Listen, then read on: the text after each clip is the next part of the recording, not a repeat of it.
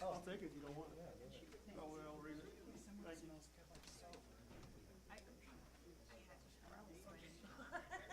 I got off the bus sweating. You should have seen me.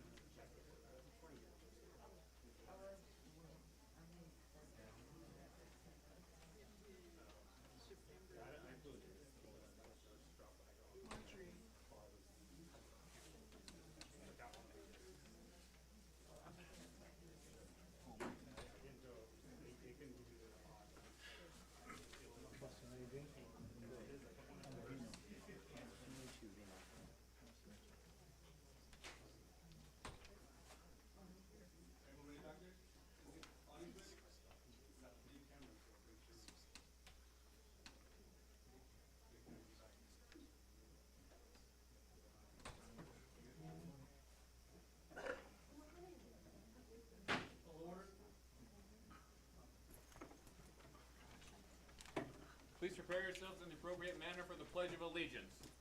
Ready, begin. I pledge allegiance to the flag of the United States of America and to the republic for which it stands, one nation, under God, indivisible, with liberty and justice for all. You wish to remain standing. Invocation by Pastor Rick Foley, Secretary.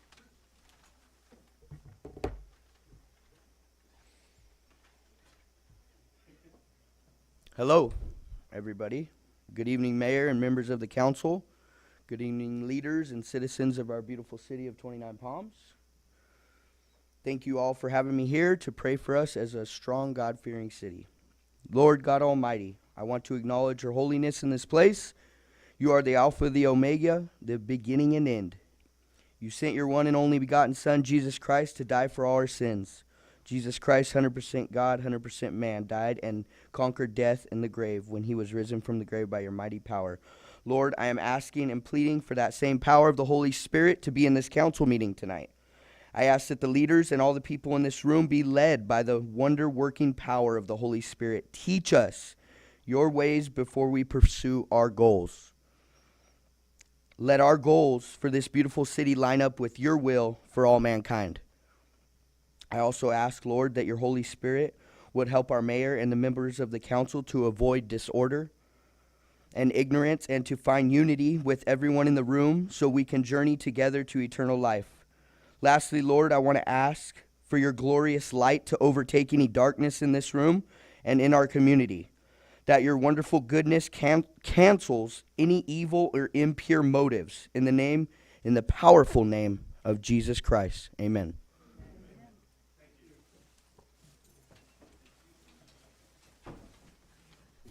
Okay. Roll call. Here. Councilmember Scott. Here. Councilmember Mintz. Here. Mayor Pro Tem Klink. Here. Mayor Bilderain. Here. All present. There was no closed session announcements. Changes to agenda? Nope. All right. Announcements. These proceedings may be viewed on demand on the City of 28 Palms website at www.28palms.org. You may also live stream this meeting by going onto our website and clicking on Meeting Agendas link. Awards, presentations, appointments, and proclamations. Number 1, Pioneer Days update by the Park and Recreation Department. Good evening, Mayor, City Council. So I just want to take this time to inform you of an an important update regarding the Pioneer Days Carnival. So due to an unexpected situation, Paul Maurer Shows, the carnival provider that's contracted for the Pioneer Days Carnival, has had to cancel their participation. The cancellation is due to a significant shortage of drivers and laborers working under HB2 work visas, which are overseen by the U.S. State Department. This shortage has critically impacted their ability to operate and fulfill their commitment to our event and others. Workers are to return to their country of origin by October 1st. So we understand how much the carnival is cherished by our community and how central it is to the Pioneer Days celebrations. And despite our best efforts, we have been unable to secure alternative carnival providers as they're either fully booked or facing similar staffing challenges. So while this development is certainly disappointing, we want to assure you that we are committed to keeping the spirit of Pioneer Days alive. Our team is working diligently to arrange alternative activities that'll bring joy and entertainment to our community. We're exploring options that honor the event's traditions and offer new and engaging experiences. So this disruption may even provide us with an opportunity to reconnect and celebrate in ways reminiscent of the event's early years. So thank you for your understanding and continued support as we navigate these challenges. Scott Klingscales is here this evening to share some of the new developments and the exciting activities that we are planning. Alrighty, hello everyone. So without having a carnival, when we got this news, we were always talking about, we're always having to reinvent ourselves. So this year's Pioneer Days theme is reimagining the desert, honoring the past and forging the future.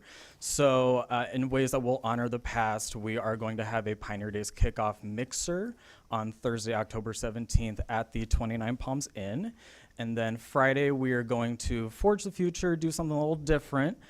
We've secured a laser light show out of San Diego, as well as a DJ who specializes in like glow-in-the-dark black light parties. So that'll be happening over at Lucky Park. It'll be our glow-in-the-park party that we'll have Friday.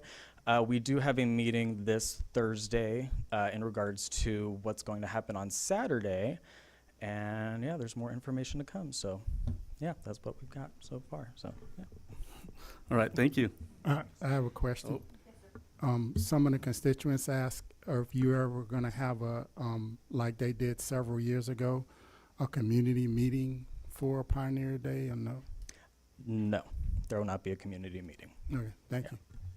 In fact, I have a question. Did I just hear you said that you're going to have something at the 29 Palms Inn? Yes. Why wouldn't we have it at the Freedom Plaza? Why would you give a business person preference? It's just our way of, like I said, we're reimagining the desert. We're honoring the past and forging the future. The 29 Palms Inn has been a very integral part of the community with the Oasis of Mara and everything for generations. So it's just a way for us to honor the past. And we are offering programming at Community Center on Saturday. yes. More information to come. We're still in the planning process. Like Scott had mentioned, we have to kind of reinvent ourselves. So that's what we're doing. We were kind of thrown under the bus with this information as well. So we appreciate the community understanding that we're doing the best that we can with the cards that we've been dealt. Yes. I'm sure you'll knock it out of the park too, so thank No, you. thank you. Marching bands? We're working on it. Okay, thank you. Yes. Thank you. Thank you. All right. Number 2, City Manager. Great. Thank you very much, Mayor. I have got a presentation, so I will head over to the podium. I will head over to the podium and deliver that presentation.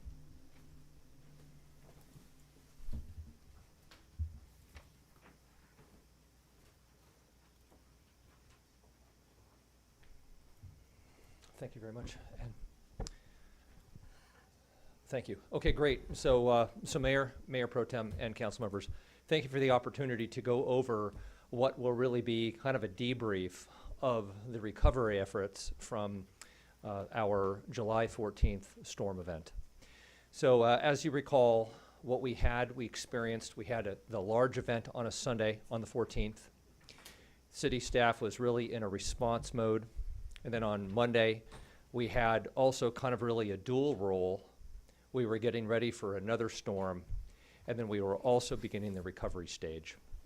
And so really since 1800 hours on Monday, since then, on July 15th, we've been in the recovery stage. So if you could proceed to the next slide. So for the folks who maybe were out of the area or maybe don't recall the riveting presentation that was previously delivered, just a brief recap. On July 11th, we had checked in with the National Park, with the National Weather Service, and they had informed us that there was a 9% chance, 9%, under 10%, of a rain event that would occur on that Sunday. And actually what unfolded on Sunday, no one expected. And so the previous presentation I had titled 9% in 6 minutes, because we had a 9% chance of a rain event, and we had 6 minutes notice when the National Weather Service called and said, hey, we've got a major cell coming your way. And so I was impressed with Public Works and the IT department, who's also our emergency coordinator. They were in the field within minutes of having that phone call from the National Weather Service. And that's vital in this community, given for the propensity for flash floods, specifically the roads that have something called a low water crossing, where cars have to drive through a storm channel. And as we experienced, unfortunately, in 2006, those storm waters can come rushing through those storm channels at a stunning rate. And I believe 2 lives were lost because a car had gotten stuck in the storm channel. A large wall of mud and debris had come, and unfortunately both of those people were perished, and they were found some 5 or 6 miles downstream. And so Public Works, IT, and also the city manager were out in the field immediately, shutting those gates, making sure that citizens didn't inadvertently get themselves hurt or killed. Next slide, please. So also for the folks who didn't really understand why was this storm different, there's a lot of reasons, but one of which is how it came into the city, where it came into the city, and how long it hung out in the city, hung out over the city, and then its path of travel. And then, of course, the severity of the incident, just in general, the volume of water that was dumped. I had talked to one resident who had been here 63 years, and in his experience, this was the worst flood in 63 years. So if we want to move to the next slide path, whoops. You could go back one. Okay, perfect. So the top 3 slides are just some of the photos from the day after, a few days after. The volume of dirt was stunning. If we took a look at the Encilia Road on Sunny Slope is the street on the north side of a community called Desert Vista Estates. The Public Works crew, they spent a few days there, total man hours, and they removed about 1,000 cubic yards of dirt. So how big's a cubic yard? So that's about 100 truckloads of dirt off of just Sunny Slope. And so what I did this weekend was I went out and I took photographs of the same street. So the comparison is in row 2, the line below. What it was immediately after the storm, what our Public Works department has been able to clear since then. And this has been a sole focus of the Public Works department. They've really done an incredible job. Could you advance to the next slide, please? So here was the Adobe Punch Bowl. And so there's someone here at the city who's been here about 20 years, 22 years, and they had witnessed this flooding 3 times in 20 years. At the time, due to kind of a number of issues, not only the water, but also a broken water main that was broken twice by people driving through, past the barricade illegally, and then striking the fire hydrant, breaking it, and then it was secured by the water district, and then somebody else came in and struck the same fire hydrant again, which is remarkable when you consider that that total lake that formed ranged between 700,000 and 800,000 gallons of water. And so that took 5 days, 6 days, 5 days of intense work by the crews and two different departments, the Public Works, of course, from our city, and then also the Water District.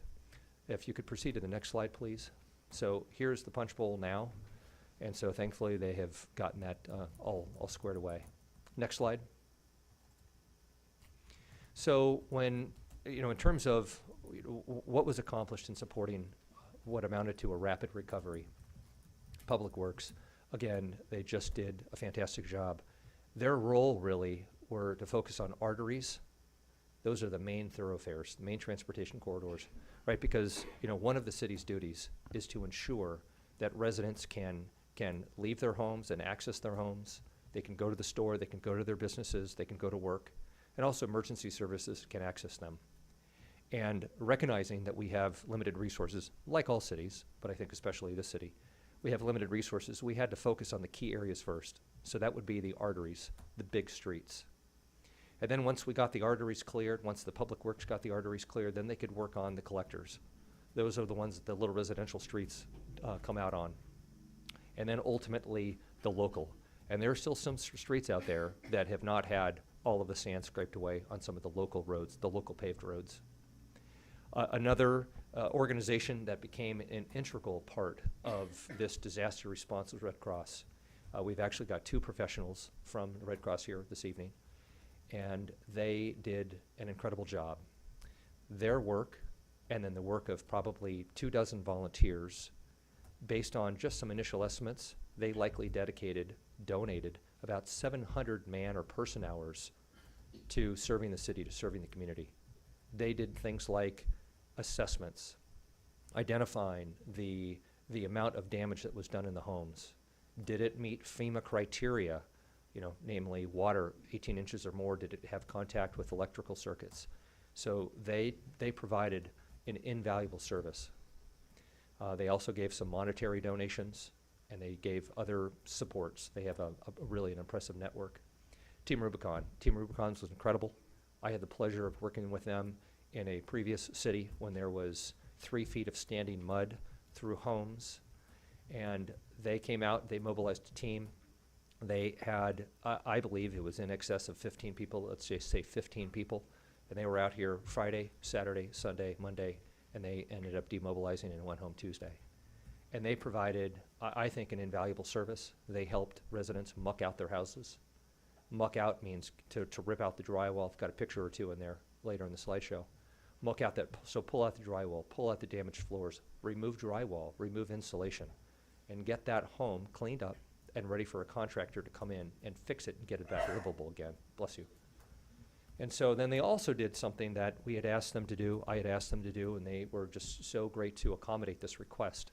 And that was provided training. Because at the end of the day, we have about 6,000 homes in our community.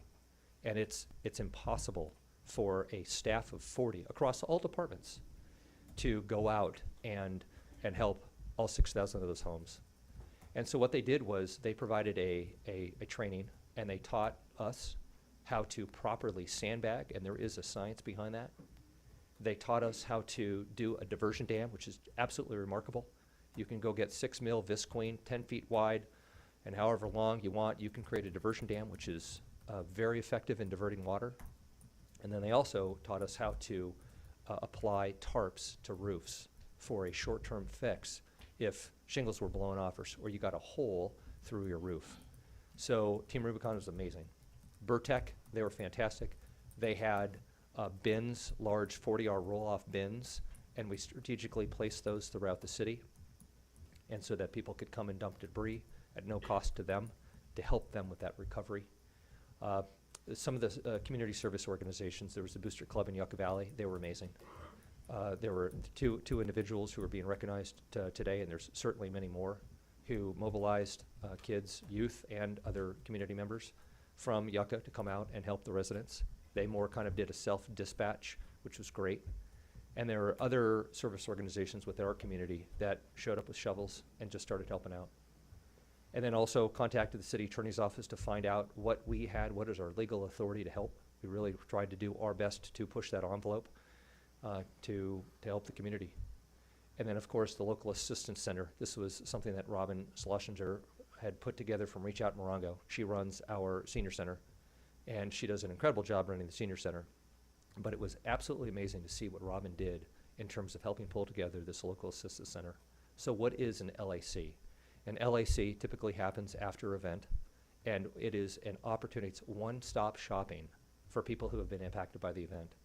And so thanks to Robin's leadership and her hard work and her relationships, Eli Marshall, Christina Benton, we were able to pull in probably 15 different service providers.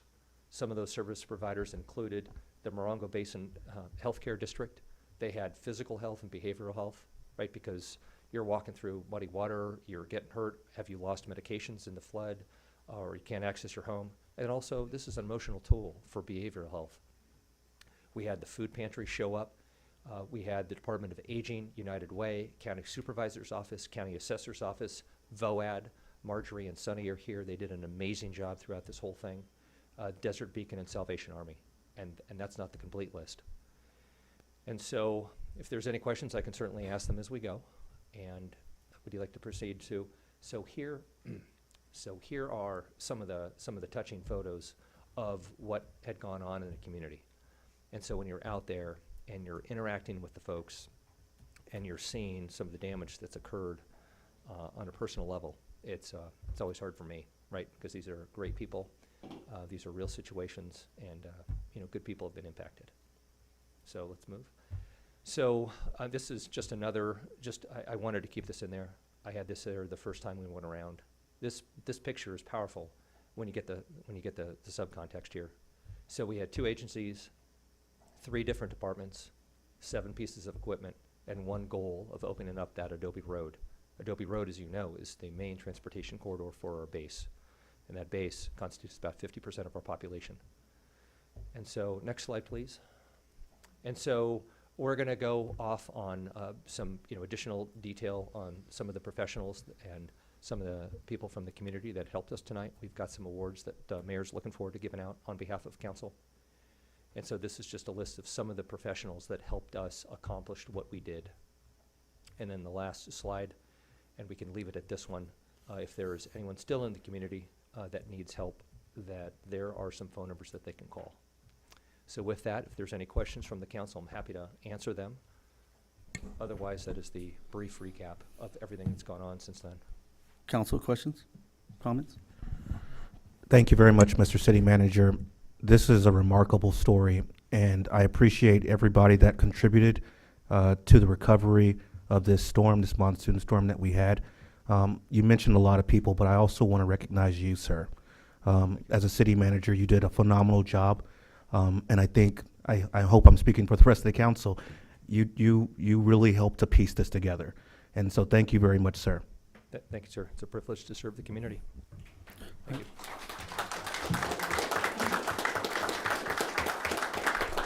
Any questions from the public? Yes, Mayor. I have a question for the city manager.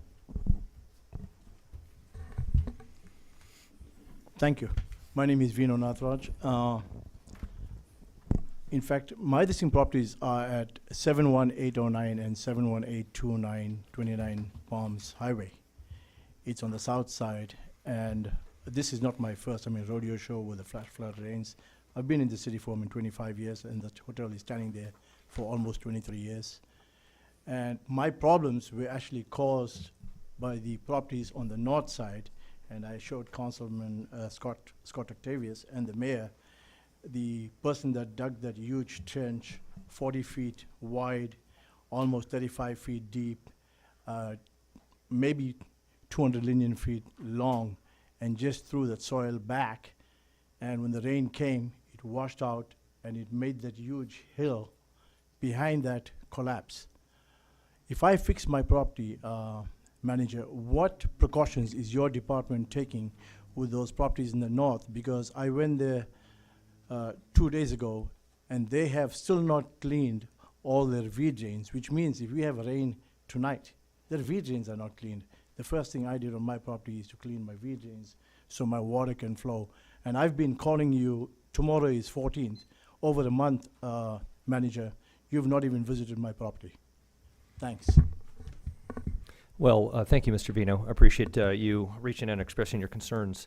I actually toured your property the day after the event and actually saw the gentleman in the Subaru WRX who was responsible for operating the small piece of equipment that was actually shoveling the property out. So I developed an immediate assessment of the damage that your property had sustained. I was also back out there to take a look at the damage overall, given the fact that your hotel is next to a regional retention basin. So your property is at a natural low point, a natural drainage point for the water.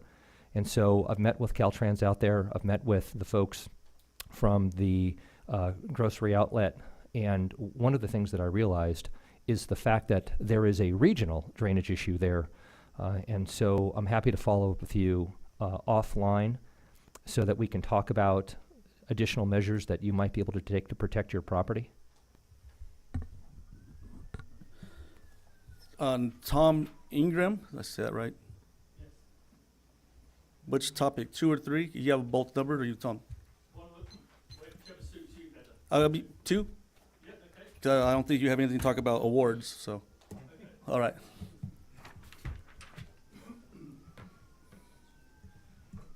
So basically, I just wanted to follow up on what I said last time and concerning the flood, so I'm going to be quick. I wrote it all down so I don't forget anything. First of all, Rubicon did a great job. They came and cleared out 2 of our rooms and got rid of the dry mud on the floor. But they also they were instructed to put everything out on the side of the road, and someone was going to come and collect it. And that's what they did. It's still sitting there. And also some of our neighbours, it's the same situation. And it's something that no one at the city knows about this being collected, nor the Burtec. So that was my first comment. I gave my comments about why we had a surge of water on Sunny Slope and was told I'd be contacted about it. I wasn't. What we didn't expect from the surge of water, which came from the other side of Sunny Slope on, I don't know the north, south, east and west there, but on the other side, but kitty corner to where we were, was that all the sand that came with the water also contained all the snakes from that piece of land. So we've been bombarded with rattlesnakes. We've had them in the house, and there's one that was in the house, and we don't know where it is now. So we've been suffering that. I've looked into if the owners of unoccupied land bear any responsibility for water runoff, and I discovered they don't. But I couldn't find if they bear any responsibility for the sand that the water brings with it. And the point I want to make is the sand actually did more damage for us than the water. And I want to suggest that the city looks into bringing in some codes to make the owners of vacant and unoccupied lots responsible for the sand on their land. The reason for this is simple. The owners of the unoccupied land in 29 Palms, a lot of them don't even live here and will only sell their land at LA prices, not 29 Palms prices. So if you bring in codes that start costing them money to control the sand, then they'll sell their land very quickly at sensible prices because they won't want to be involved in that. Then you may be able to get property developers to buy the land to build homes, and you might find it easier to get more homes built in 29 Palms. The land immediately at the back of me, there's an old lady in LA that owns it, and she wants $80 million for that lot of land, which is probably worth about $2 million, I'd guess. Anyway, I understand that a number of homes were red tagged from the storm.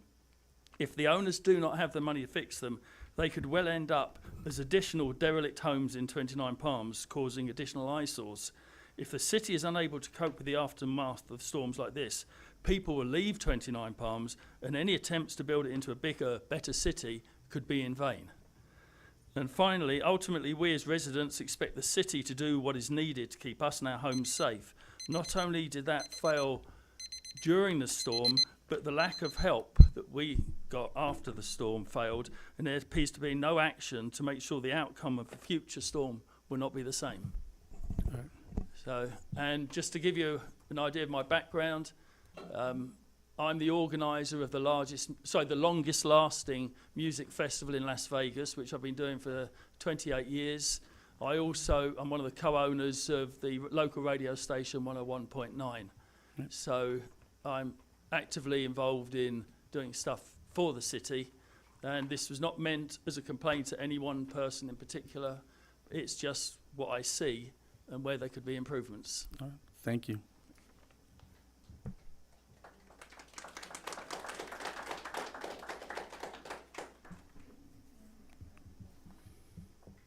Right. Number 3. Ma'am, do you have your hand up? Yeah, can I ask a Go ahead. I don't necessarily need to be at the podium, do I?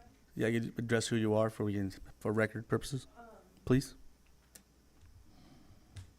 I am a resident also off Sunny Slope. And what I'm seeing here is, it's addressing about everything that I've witnessed myself. And I agree with both of them. I mean, I've seen that there's no help. I've seen the community come together. I've seen it all. I've seen the response. It was really good. However, I'm missing 10 feet of my road. I can't get my mail. I haven't seen anyone there. I've tried to call several times. I'd like this addressed for me and my neighbors who are flooded worse than I was because my hill's on a slope. And I'd also like to please address the fact that because of the way my neighborhood and my particular road's set up in back of the high school, it's a funnel and it needs water control. That is not gonna stop happening there. It keeps happening over and over. The tractor hasn't been there, and practically speaking, I'm pooped. I only got one shovel, and I'd like to ask if you could bring a tractor so a lot of the excess dirt that's ended up there that we've cleaned up ourselves could be removed. So ma'am, what is your name, and then what street are you referring to? My And name then is Jennifer Gilbert, and I live on Clare Avenue, right in back of the high school there on the north side. Clare Avenue, and I imagine that Clare Avenue is it sounds like it's a dirt road. It's a paved road. It is a paved road, okay. Yes. Okay, very good. And then are you able to stay after the city council meeting so that we can get your contact information? Yes, sir. So you don't have to share it in front of this. Okay, perfect. Okay. All right. Thank you. Thank you. Right. Number 3, recognition of those who assisted the community during the monsoon storms. Want to go up there first? I'll just go up there and read it from there. Yeah, you bet. Okay. Yeah, you betcha. Why don't you move it, or tell me how to move it, how you think is best, because you have more experience in that than I do. Sir. Which one is that? Is that for Senate? Yeah. When you hear their name, why don't you come on up with those? All right. Let's see, how about the professional? So would you like to just explain first with the crowd? All right, so good evening. So one of the great things, candidly, about this job is, and one of the great things about this city, is the people and the professionals that have come together to help out the community. And so what we did, and all of this still doesn't give it credit where the credit is due for all of the people that have helped out. What we've done is we've tried to do our best to identify the folks who are really stand out and who did some major contributions. And so we have broken it out into 2 groups of people. And so we've got the... Okay, do I have to sit down? Okay, apparently I'm done. So we've got... it's fun working here. So we've got some of the professionals that maybe worked for the sheriff's department or worked for Red Cross or fire department. So we've got those professionals who kind of do this for a living, but still they went above and beyond. And there was really a dedication to our community and dedication to our residents, dedication to the people. And then there's a second group of awards who are the actual community members, and that they stood up. And they may be, an artist or an engineer or whatever. And they came in on their own time. Some of them brought shovels. And so that's what we're going to do. And so the mayor, if you'd so like, you can read this, the description, and then we can call off the names and not read the same description for every name. In the interest of time. Keep it simple. Here we go. Professional Excellence Award. This certificate is proudly awarded to, said name, in recognition of your extraordinary dedication and outstanding service during the July 14th, 2024 monsoon flood response and recovery efforts. Your commitment, resilience, and exceptional leadership have had a profound impact on the 29 Palms community. Throughout your tireless efforts and selfless contributions, you have exemplified the highest standards of professionalism, compassion, and bringing hope and relief to those in need during a time of material adversity. Signed by me.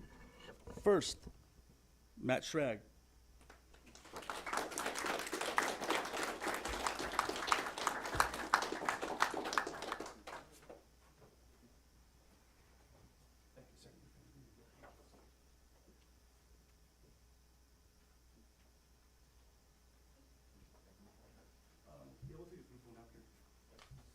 So don't lock your knees.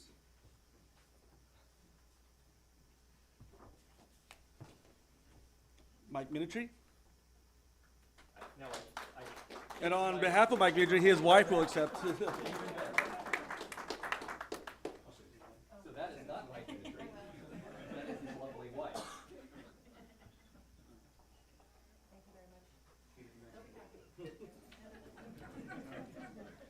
After he cleans the house. Captain Robert Warwick. Captain Warrant, coming up to the back.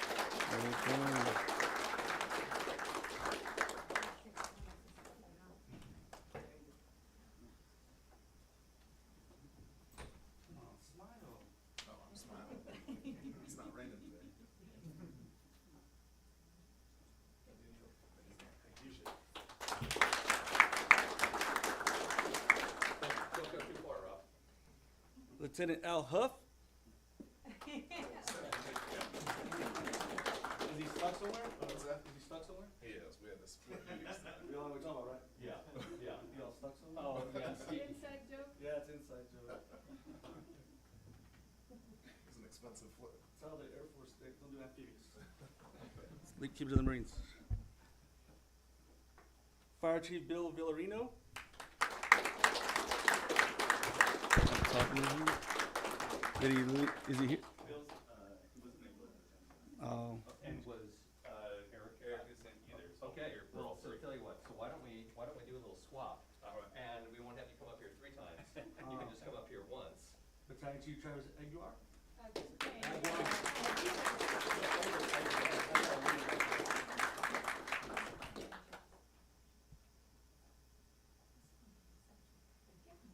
Perfect. And then there was also, do we just want to mention the Yes, other, please.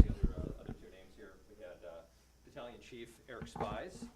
He was integral in just being responsive to the community's needs, providing sandbags and just overall instruction. And then, of course, Fire Chief Bill Reno. So if you could pass on our gratitude, we would appreciate it.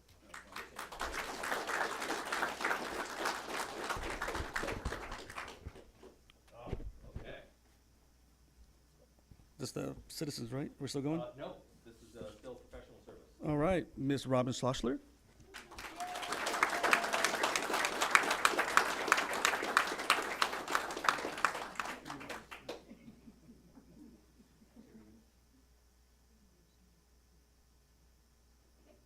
And because I always talk, I wanted to say 2 things real quick. Thank you to Terry and Jonah for picking up all the food, Fine Food Bank, Red Cross, and to the city, and thank you, Stone, for giving me the opportunity.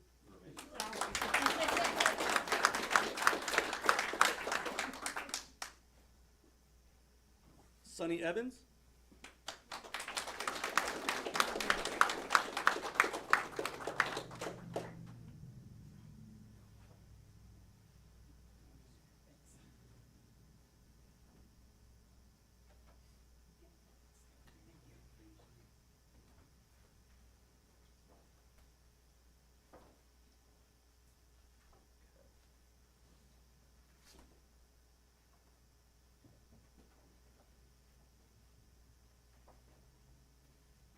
Aaron Fox.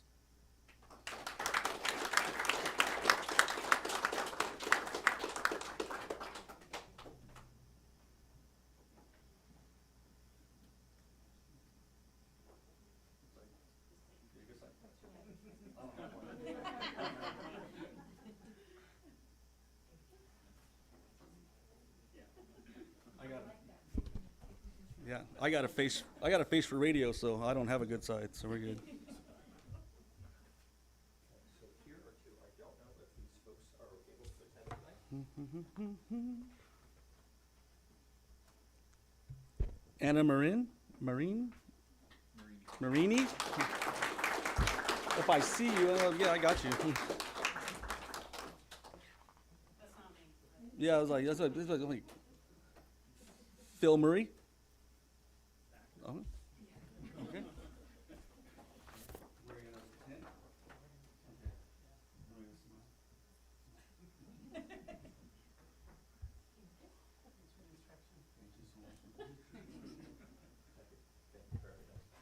And then there was 2 others, if you just want to mention that. There's 2 others who are also have the day off.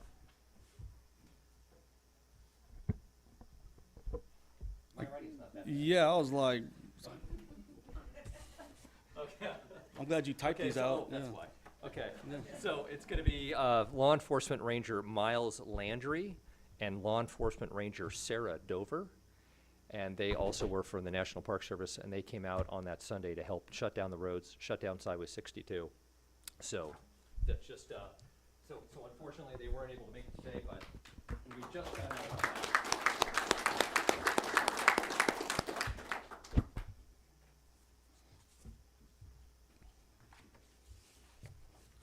American Red Cross.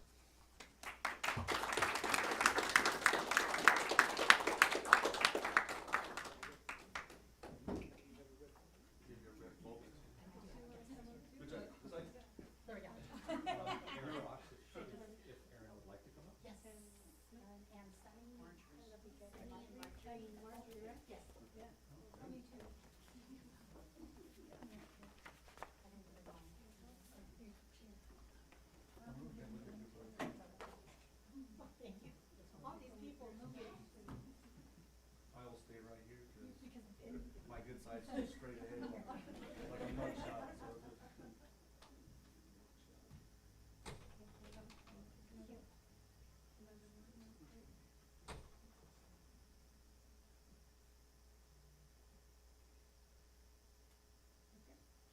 Don't go anywhere just yet. I have the honor of presenting an award from Senator Shannon Grow to the Red Cross as well for your service to the community of 29 Palms. She really couldn't be here today, but we appreciate everything that you guys did for the community of 29 Palms.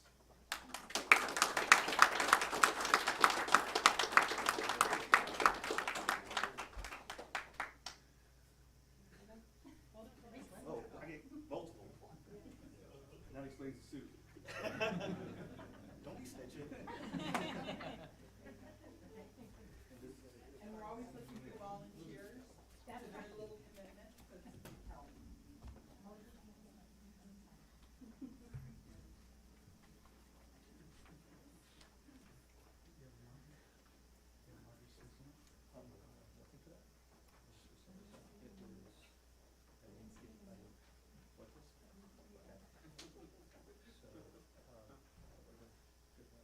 So you can get these two, Bob, okay, so this person is here, and then these are from the OES. So some of you can see this mention, they have not taken this one down. What did I do? Did I? Did you check this for certificate? All right, here we go. We're gonna move on while they figure it out. Team, anyone from Team Rubicon here? Nope. All right. Boop, boop, boop, boop, boop.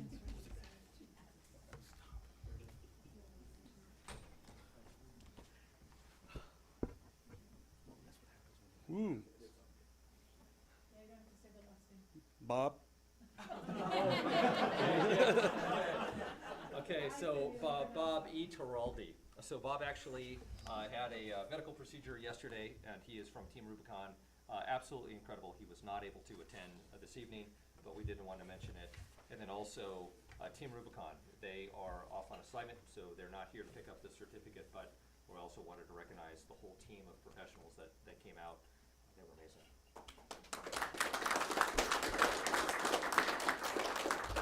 And next, a man who probably hasn't slept in like a month, Craig Stacy.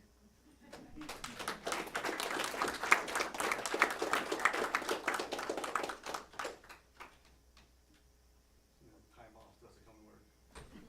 They used to by now. Big smile.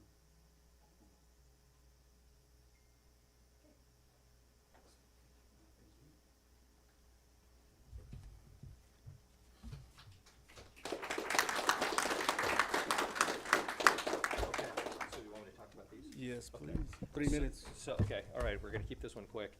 So, so we've got now, a couple of certificates for Crisanta Gonzalez for David Davis, for Carrie Cruz, and also for Robert or Ram Gonzalez.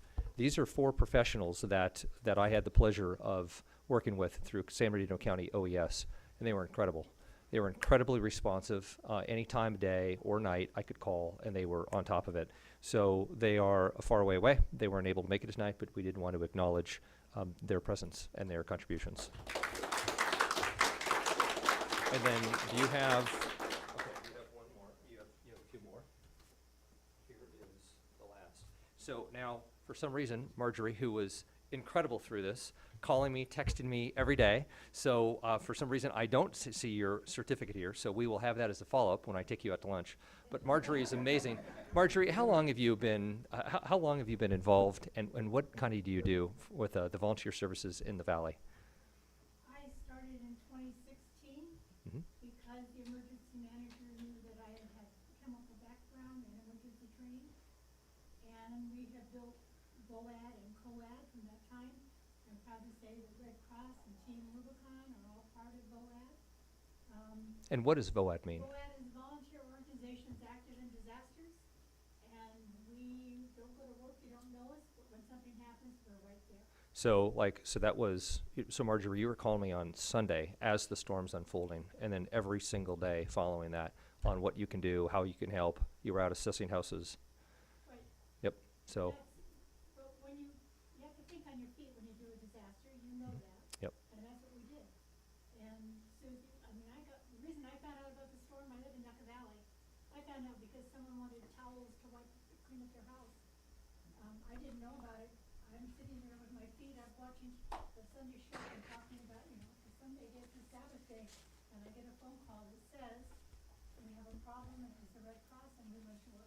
Very good. And we had some wonderful experiences. Thank you. Yep. So thank you for that, and we'll have this for you tomorrow.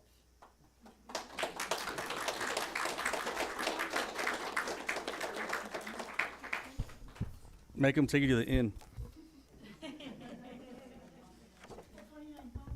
Yeah. You will tomorrow. I don't think he's here because he's a shy person. Eli Marshall? Oh, how convenient. So that was the gentleman, and I'll be quick, and he would kill me if he was here and he heard me say this. But so Eli runs our IT. So we have one person that runs IT. He's brilliant. And so he typically is up by 5 or 5:30 in the morning, checking all of our systems, seeing who tried to hack us, overnight. And so that day on Thursday, he was up at the normal 5:30, doing his IT stuff. And then what he ended up doing was, because of the needs of Public Works, I hope I'm not getting in too much trouble with this, Greg. And so with Public Works, he ended up going into the field and helping out Public Works. We had to pump the Adobe Punch Bowl. We had to pump it out. So we had a pump that would pump about 500 gallons a minute. And he ran that for about 23 hours straight. And so he got up, started doing IT stuff at 5 or 5:30 in the morning. He went out in the field that afternoon, and he was relieved the next morning on Friday morning at 6:30 a.m. And so that was just one of the folks that we get to work with, like a true honor. So thank you.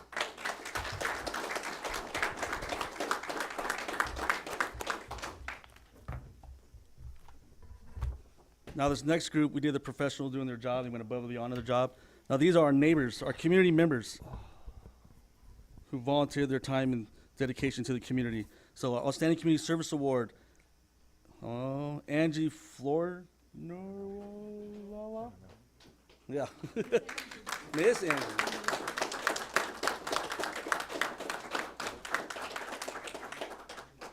Yeah, one for two.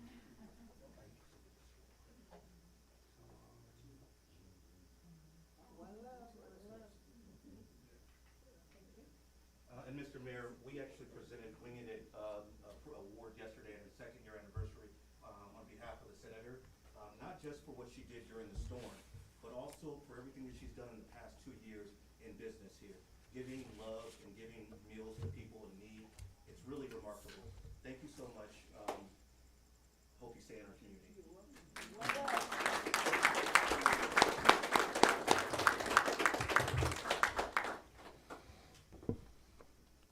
It's a good place to eat. Yes. They know my order when I walk in. I'll get my 40 wings. She's like, I don't think they realized I was the mayor until they realized that you're always here getting wings. I'm like, shh. All right, Lance Corporal Marbury. There he is.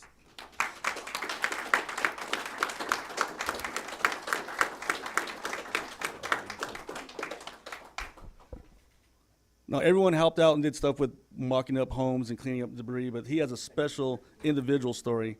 Mr. Stone, you want to pass his story along? Yes, you betcha. You like to talk. Oh, okay, so Lance Corporal here. So we had Adobe Road shut down, right? We've seen That's the a Adobe corporal. Punch Bowl now a couple of times. He's a corporal now, so. Oh, corporal. Okay, well, congratulations. Oh, my God. Okay, very well. Very good. All right. And so what this young man did was Eli Marshall was out there and he was directing traffic. For a variety of reasons, can't have people driving through. It ruins their cars. They could get hurt. They could run into fire hydrants. And so what this gentleman did was he pulled over, asked Eli if he needed help. Eli said yes. So you stood out there, was it 4 hours, 3.5 hours? 4 hours directing traffic in the sun, no hat, no shade, helping Eli make sure that nobody got hurt. And so who does that? Really professionals like this. Yep, Marines. And so that's why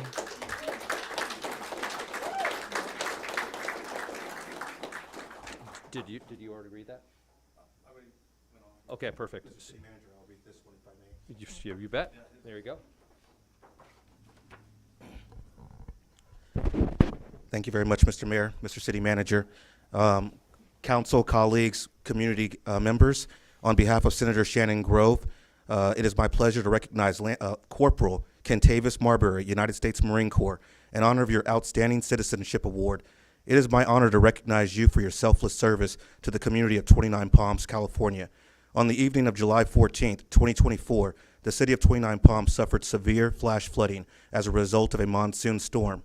Without hesitation and regard for personal safety, you assisted city staff by guiding traffic to safety. Your actions are a testament of what it means to be a Marine. Selfless service to community and country. Congratulations on a job well done.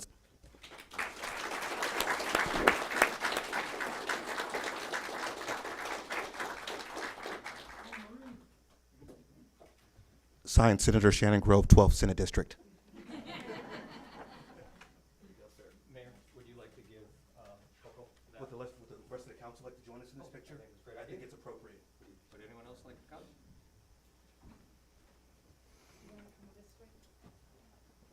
Okay, perfect. All right, we'll take a direction. One for mom and one for yourself. Okay. Oh, we're going over. We're going up.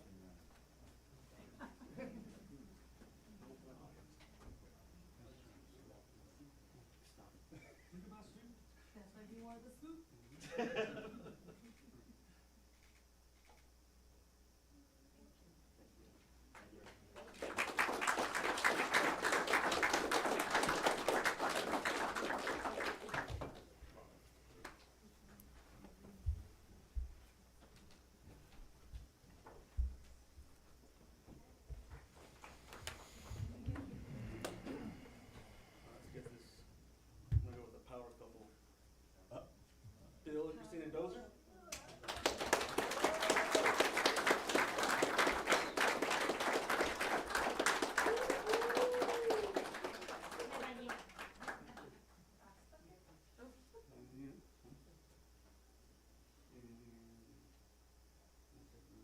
Want me in the middle? We have the, you could be in the middle. Oh, we move. Anna, you'll be in the middle. Okay. Okay, remember front side for you. Yes, one side. Right there, you go. All right, thanks. Thank you so much.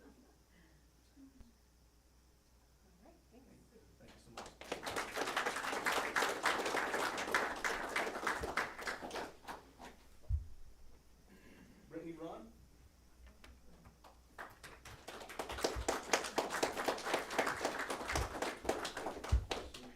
She's Heidi. Susan Petwa?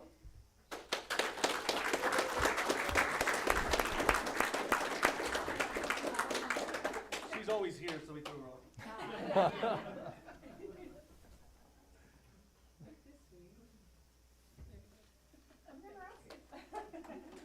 You're always talking up here.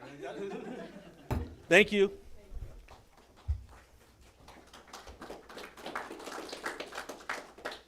Ooh, I'll apologize now. All right. Inez Rodriguez Alca. Yeah. Oh, Inez.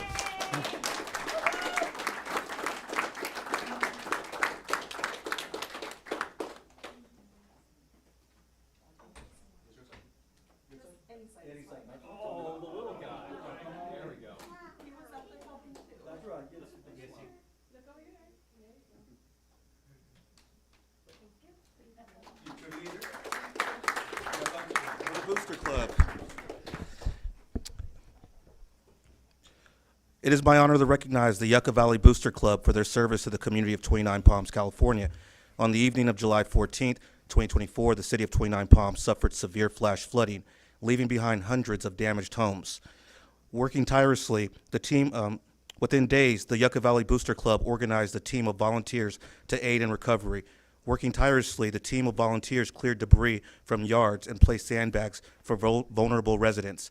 Their commitment to volunteerism is a testament to the values that are inspirational to us all.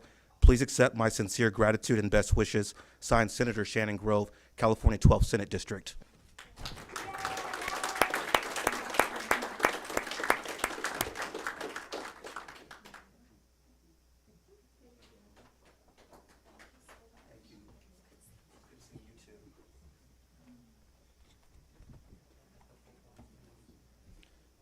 Nuvia Gomez? Nuvia Gomez. She's not here. We'll take it for her. Yeah, take the picture too. No, I was playing. Thank you. I'm gonna call her, see where she's at. I don't think we had a contact information. Eric Menendez?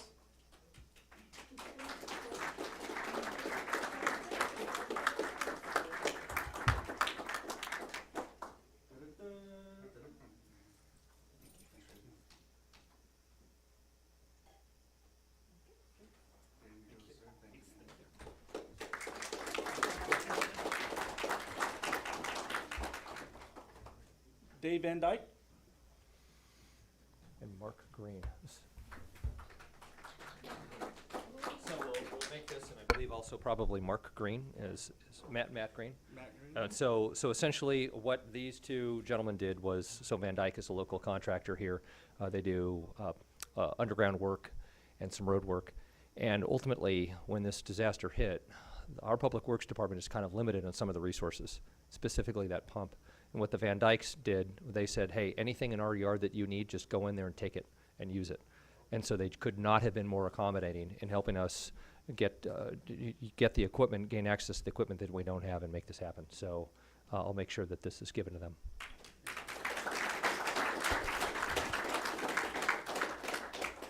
Lieutenant Colonel James Covey?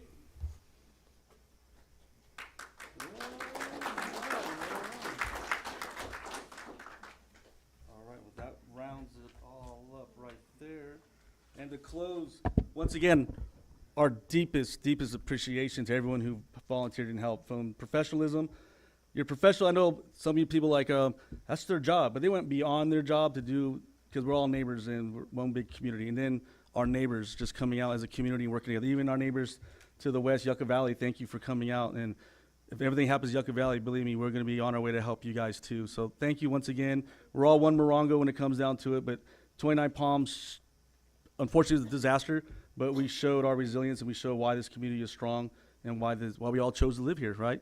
So thank you once again for everyone. And those who probably did not get a piece of paper and a folder and a picture with me, stay after. I'll take a picture with you if that's what you really want. But thank you so much.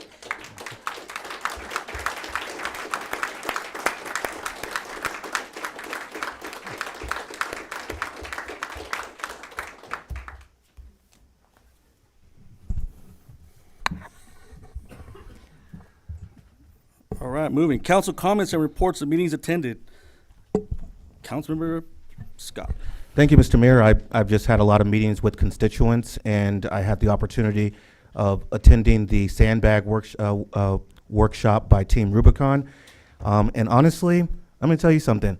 I learned that day how to pack a sandbag. I've been doing it wrong my entire life, I guess. Definitely not a Marine. Right. That was my thought. It's all right. Navy's cool. All right. Is that everything? All right. Councilmember Wright. Well, thank you, Mr. Mayor. If anyone wants to leave, you can leave now because it's going to be long. Bye, Robin.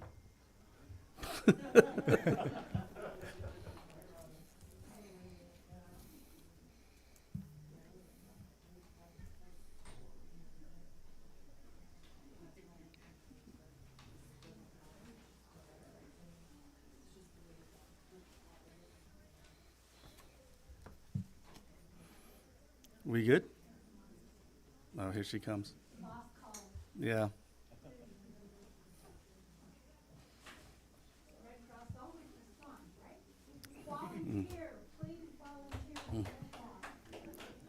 Thank you once again.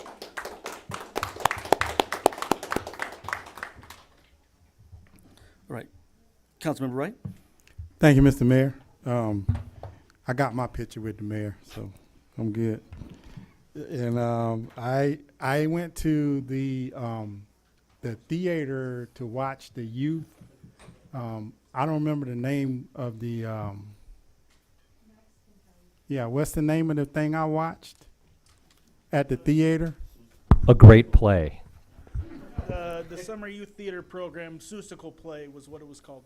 Thank you very much. And it was fantastic. I mean, just to see those kids, and we're talking younger kids, like, 5, 7, 8, 9-year-old kids.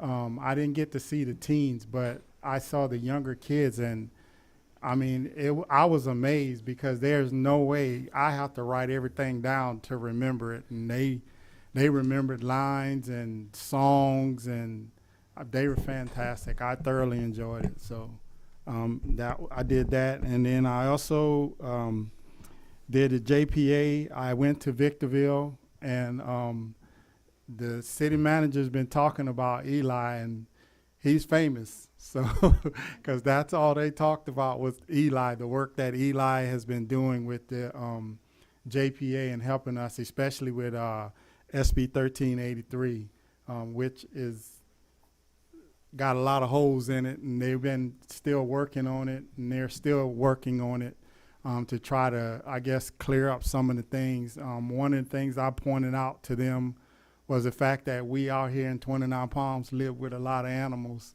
And so, they said that they would take that into consideration as well. So just keep your eye on 1383.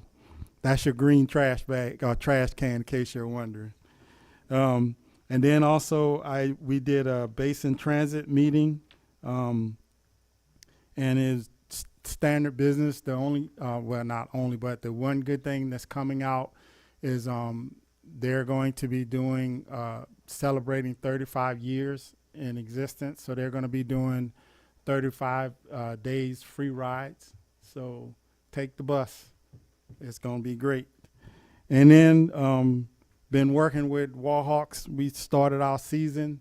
We did spring training already, and we got our first scrimmage against Yucca Valley on the 24th. My birthday, me and Steve's birthday. I know. And then the season starts the first Saturday in September. So looking for a good season. So that's it, Mr. Mayor. Thank you. Thank you, dime dropper. Councilmember Mintz. Thank you, Mr. Mayor. We had the Basin Transit meeting, and yes, please take advantage of the free rides for 35 days. If those of you who haven't rode a bus before, I just want to see what it's like. Or if you do ride the bus, just remember it's free. Also went to the Rubicon Community Training Workshop. It was very interesting and very informative. So it was, they just definitely wanted to show some community people how to be prepared. And speaking of that, obviously we've been listening on the radio and the news about earthquakes around California. So you better be prepared, because we haven't had one here in a while. So that's one of those things that we just cannot predict, or you just got to be prepared for. So please, and it's just going to happen. So just please be prepared. And also I want to thank all the volunteers that I didn't get a chance to talk to before for all your great help over the weekend. Thank you. Mayor Pro Tem Clean. Thank you, Mayor. All the committees that I'm on, which is the SBCTA and Measure, Desert Mountain Measure I, are all dark this month, so I didn't do any meetings. But it is the first meeting in August, so I would like to wish everybody in the Morongo Basin, especially 29 Palms, who's celebrating a birthday in August, a happy birthday. And I just found out 2 of our council members here is in August, the 24th, both of you. So guess what? We get to sing happy birthday. Oh, and it's also the city managers. So I also would like to wish a happy birthday to my beautiful wife, Tori, my son, Matthew, my granddaughter, Hannah, and my nephew Kyle, who's celebrating in August. And Craig, also out there. So here you go. Happy birthday to you. Happy birthday to you. Happy birthday, everyone. Happy birthday to you and many more. And thank you very much also to all the volunteers and businesses that show the care that you have for the city of 29 Palms. It's greatly appreciated. I did not witness this kind of a storm in 63 years, and it was a bad one. And it just only lasted for how long? And it did that much damage. So everybody did a great job out there. Thank you very much. Appreciate it. Thank you. All right, so I toured with Team Rubicon when they were on deck, did some breakfasts, toured some houses, see what they were, if they need any help. They didn't. They were professionals. I just stood by, sat out of the way. Was present at the local assistance center, the senior center with Robin, helping out people there. I attended the school resource fair aboard the base with the school district, and the sheriffs and the fire department, and base with EGA. Attended the soft opening for the 29 Beer Company. They do have good burgers there. I will attest to that. You'll love them. Attended back to school event at the shop, and then I also went and attended the Winging It's event, their back to school thing on Sunday, for about almost 10 meetings with citizens. And yesterday I got to greet kids at the junior high and 29 Ls. They made their first day of school. I think the best part of it was the kindergartners walking through. We were bumping fists because that's their day one of their education. So they were all stoked, and they found out I was the mayor, and I was like, what? So we were just bumping fists, and it was a good time seeing their bright eyes and the fear, and watching the parents walk away crying was pretty entertaining. I remember those days. So, but happy birthday. I know you got me by like 10 years, but happy birthday. That's good. You said you want to dime me out. All right. Yeah. All right. Yeah, We all exactly good? 10 years. All right, moving on. Consent calendar. All matters listed on the consent calendar are to be considered routine by the city council and will be enacted by one motion in the form listed. Any item may be removed from the consent calendar and considered separately by the city council. The public will be given an opportunity to comment on the consent calendar items prior to the city council action. Council, anyone up here? So I think that there was going to be, if the council so chooses to vote to approve this, I think that Councilmember Mintz was going to recuse himself on item 10. Okay. All right. Oh, very good. Okay. Then we go to the public. Everyone's okay with it? Back up here for a motion. Yeah, I'll make a motion. We accept the consent calendar, and I'll abstain from item number 10 from the Project Phoenix treatment system improvements. I don't own any property in that area, but my wife owns a shop down there, so I have to abstain from any funds. Second. Councilmember Scott? Aye. Councilmember Wright? Aye. Councilmember Mintz? Aye. Mayor Pro Tem Klink? Aye. Mayor Bilderain? Aye. Approved 5-0 for all remaining items except number 10. Right, was it number 10? Yep, Yes, it was. Yes. thank you. Right. Public hearing. Number 11, Development Code Amendment, Article 4, Part 2. Thank you, Mr. Mayor. This is another of a long line of cleanup of the development codes that we've been working on. This one pertains to lighting, noise, and trash enclosures. A couple of things. We're making changes that reflect what we can actually measure as far as lighting goes. We don't know how to, no one out there knows how to do foot candles anymore, so we have to modify the development code so we can actually implement the code. Noise, there's no new regulations in there. It's basically putting everything into the appropriate tables. And trash enclosures, that's bringing up in consistency with state laws. So we recommend that you approve of this development code amendment and find it exempt from CEQA. Questions from up here? Public? I knew you weren't here just for the award. 3 of them, sorry. Oh, goodness, Susan. 1 minute each. That's what happens at planning. Yeah, it is. Hello, everyone. I'm Susan Peplow.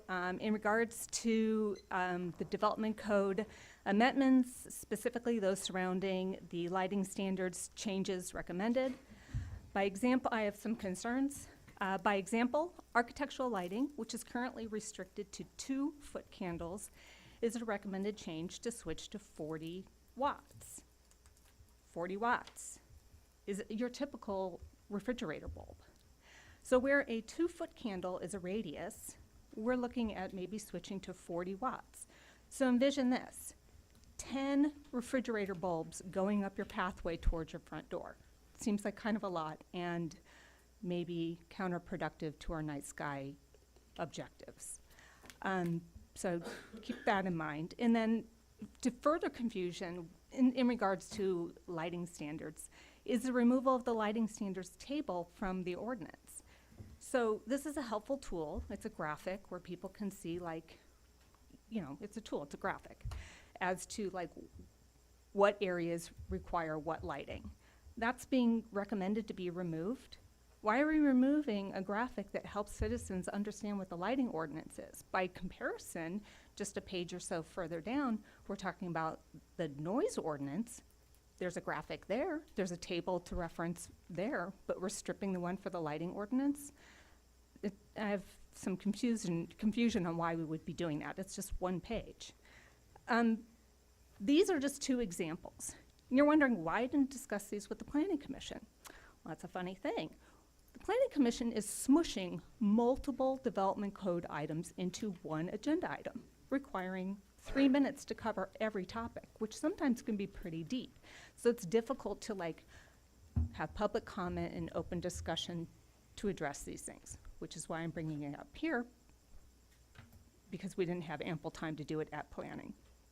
So I asked City Council to look again at the lighting standards, the removal of the helpful table for citizens to refer to, consider the 40-watt bulbs, really what that really means, keeping foot candles or possibly adjusting to a radius if that makes more sense.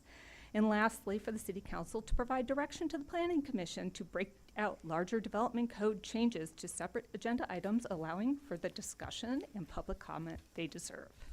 Thank you. Thank you.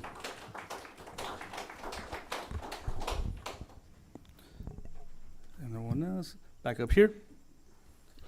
Comments on the, Keith, can you? The elaborate? reason that we are recommending the graphic that's in the development code is because a lot of those typical lighting standards are not available anymore, and newer standards and newer styles come up all the time. So it's basically an outdated graphic, and we want to have the flexibility of anyone who wants to come in with a revised, with their own shielding. We want to have the ability to make that interpretation saying it's consistent with the code. That's the reason for the deletion. Not the picture of the lighting examples, but the table that's been redacted.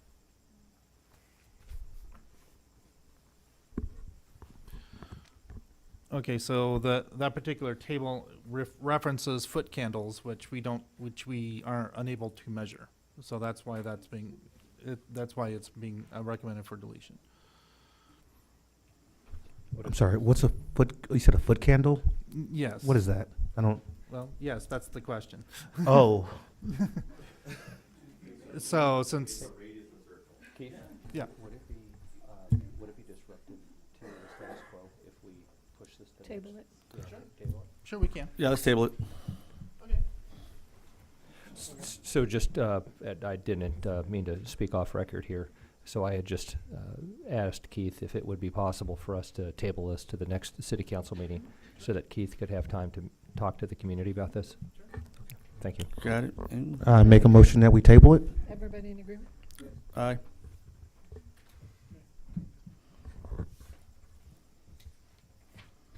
Can I ask a quick question? You said 40 watt for the, that's what they're saying?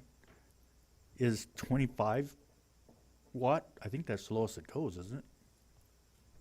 You're asking me, Joel. Well, yeah. Typical architectural lighting, your path lighting is typically 4 watts, like a Malibu bulb. Oh, okay. 4 watts. The development code pitch is 40 watts, which is a refrigerator bulb. We're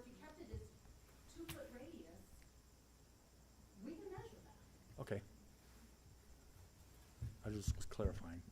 Thanks for asking. We'll work on this offline. Okay. All right, discussion and potential action items. Number 12,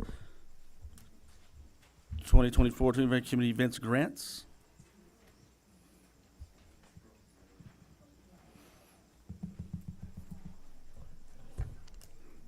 Alrighty, strap in. Here we Here go. we go. Give me 1 second. You're good. Alright. Alrighty. Good evening, council members and community members. Tonight, I am here to present the recommendations for the 2024-2025 Community Event Grant Program as proposed by the Event Ad Hoc Committee comprised of council members Mintz and Scott. I will be covering the grant guidelines, application process, funding recommendations, and the overall impact on our community. Let's start by giving everyone a brief background on the guidelines for this year's grant program.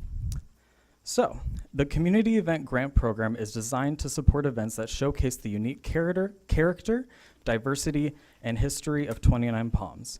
Eligible applicants include nonprofit organizations, businesses, and individuals, all of whom must demonstrate prior experience in event organization to ensure successful execution.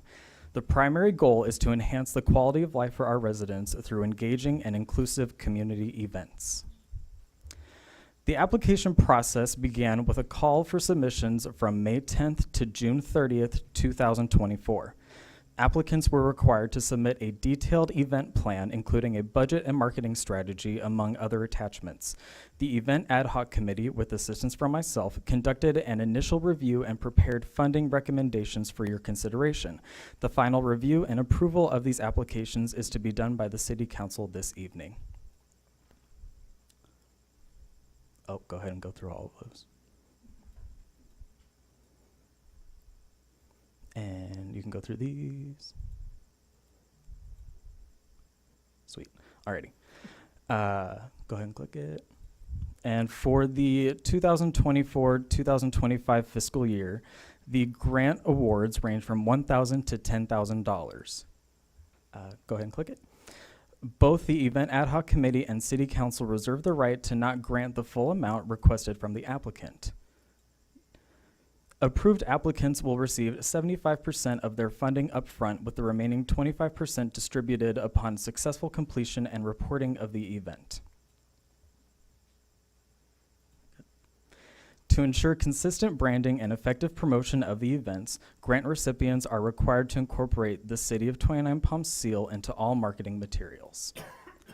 Additionally, they must tag the city's social media accounts in event-related posts and submit a comprehensive marketing plan to engage with the community and attract participation. And one more.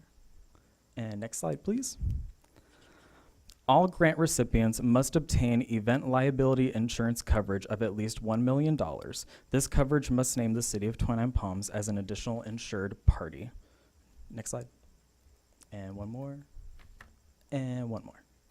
Okay, Scott, this is not correct. I know. I uploaded the wrong one. My bad. One more. Alrighty.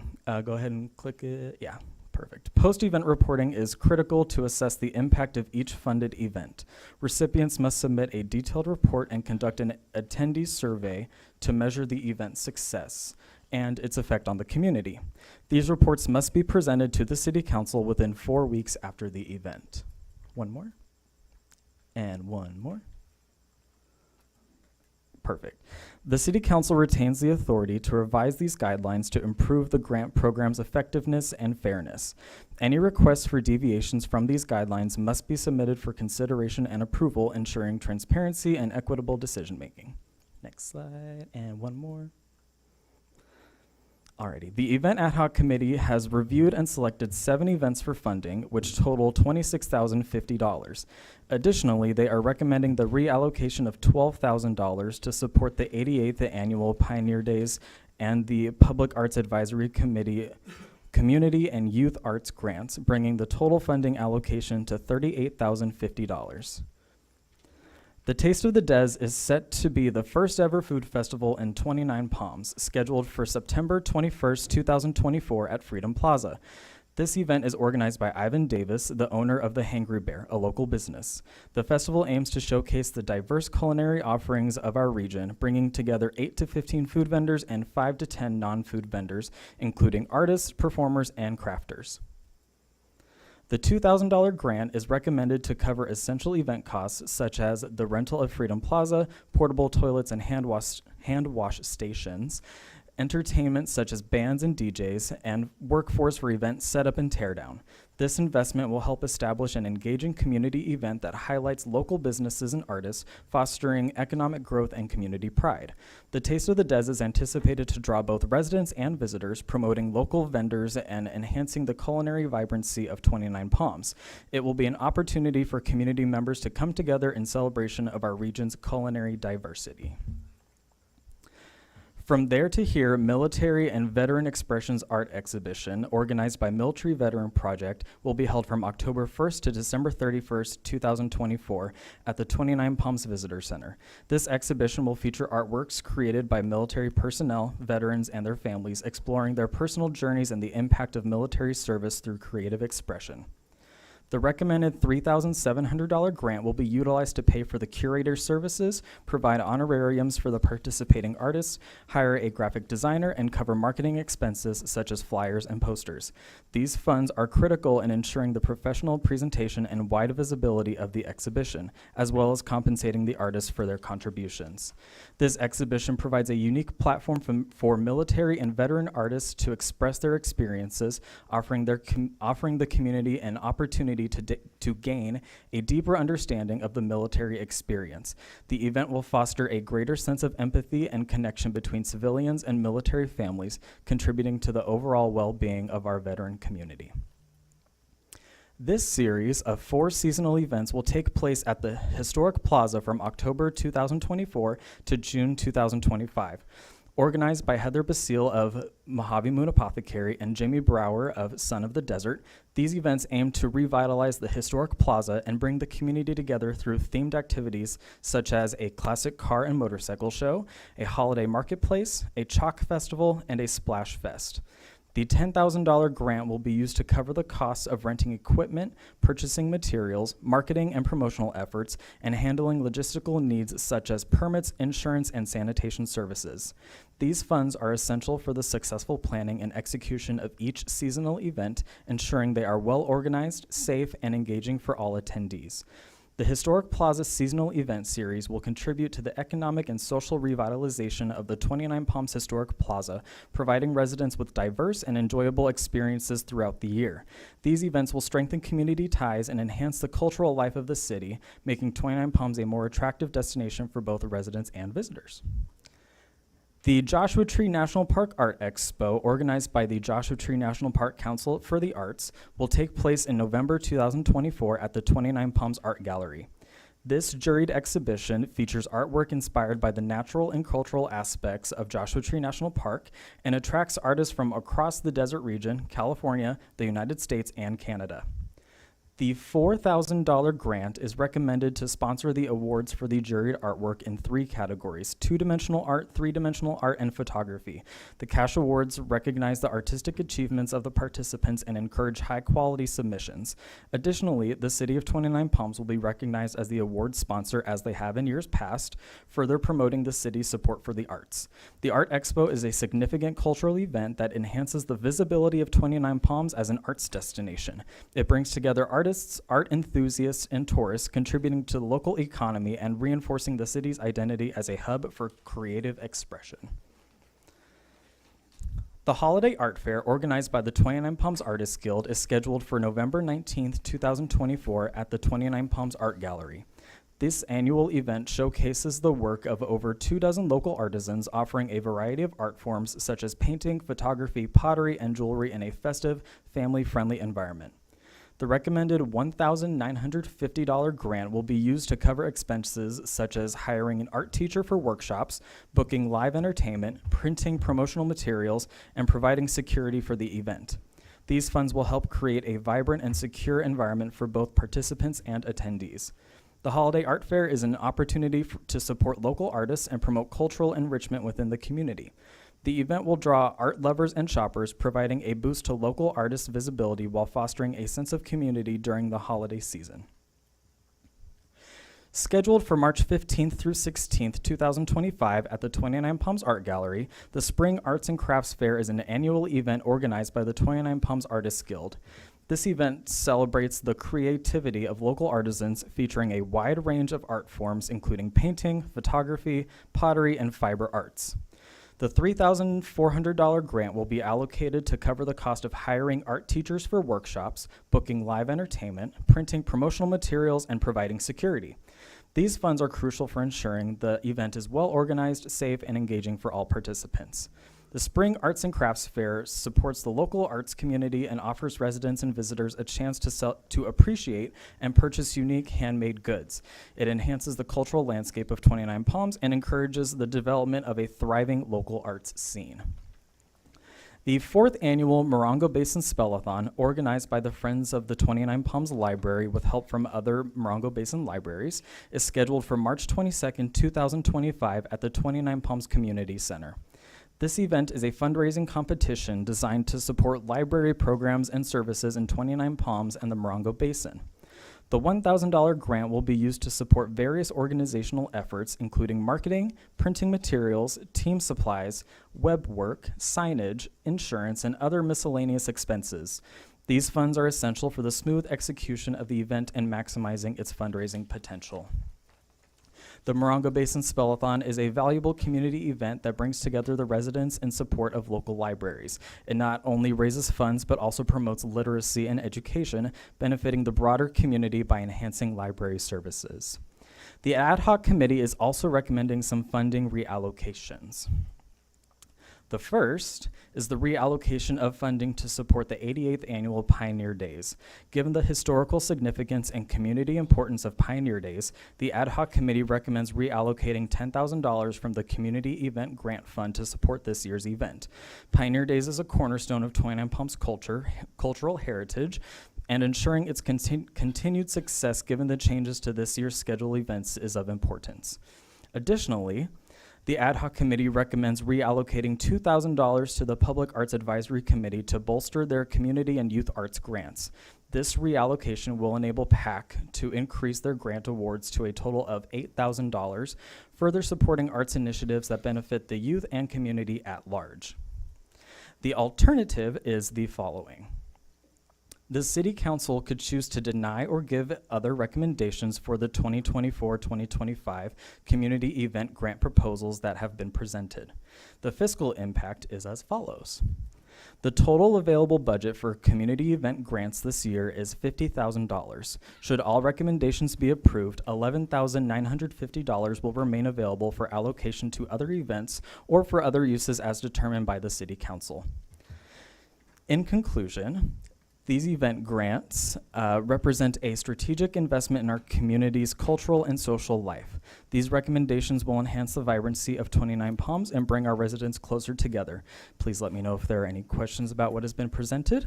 Representatives from each of the events proposed here are here to answer questions as well if needed. Thank you. Council, any questions to start off? All right, here we go. Obviously, the discussion about the Pioneer Days was because the Park and Rec uses part of the income from the carnival to pay for some of the other events and the community stuff. They're not going to have that income, so we just said, well, we'll just allocate some money. So, in one of the discussions, Octavius was talking about is marching bands because it costs money to get people to bring bands in. So that was our thoughts on trying to help Pioneer Days become more of a community event. Absolutely. I think that's one piece that's really missing from our festival is that music, that marching band, and I'm hoping with this reallocation that we'll be able to get those marching bands there. So. All right. Out of the public, Susan Peplau. His name not in here. You don't have one, do you?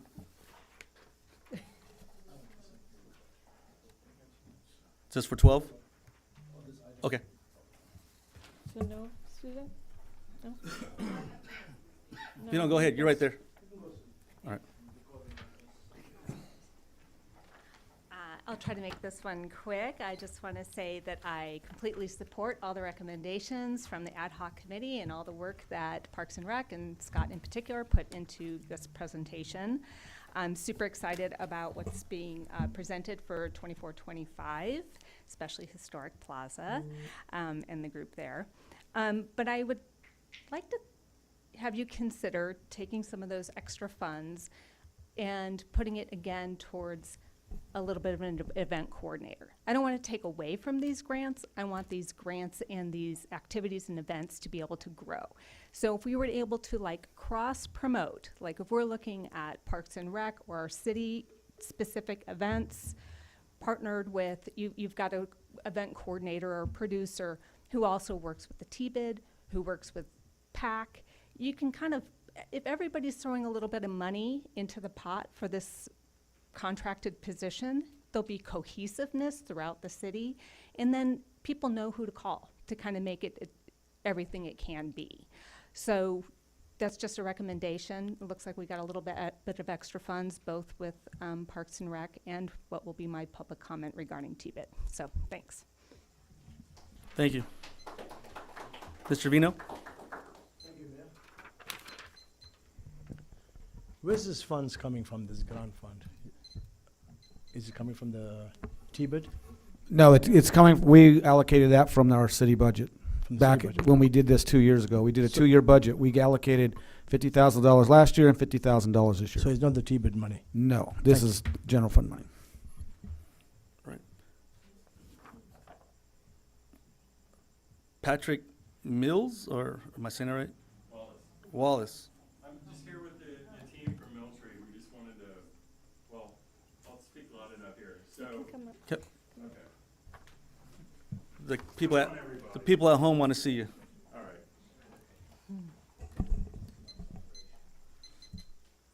All right. So I'm board president at Military. I'm Patrick Wallace. I'm here with our other board members, Crystal Wysong, Sarah Foreman, and our ED, Cheryl Montel. And we just want to say thank you for the opportunity, and you know, we hope you approve it as proposed.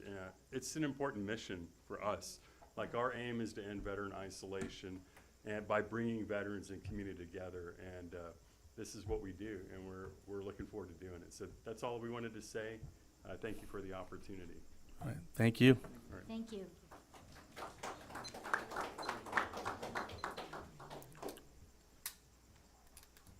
Charles McHenry? I say that right? Yes. All right.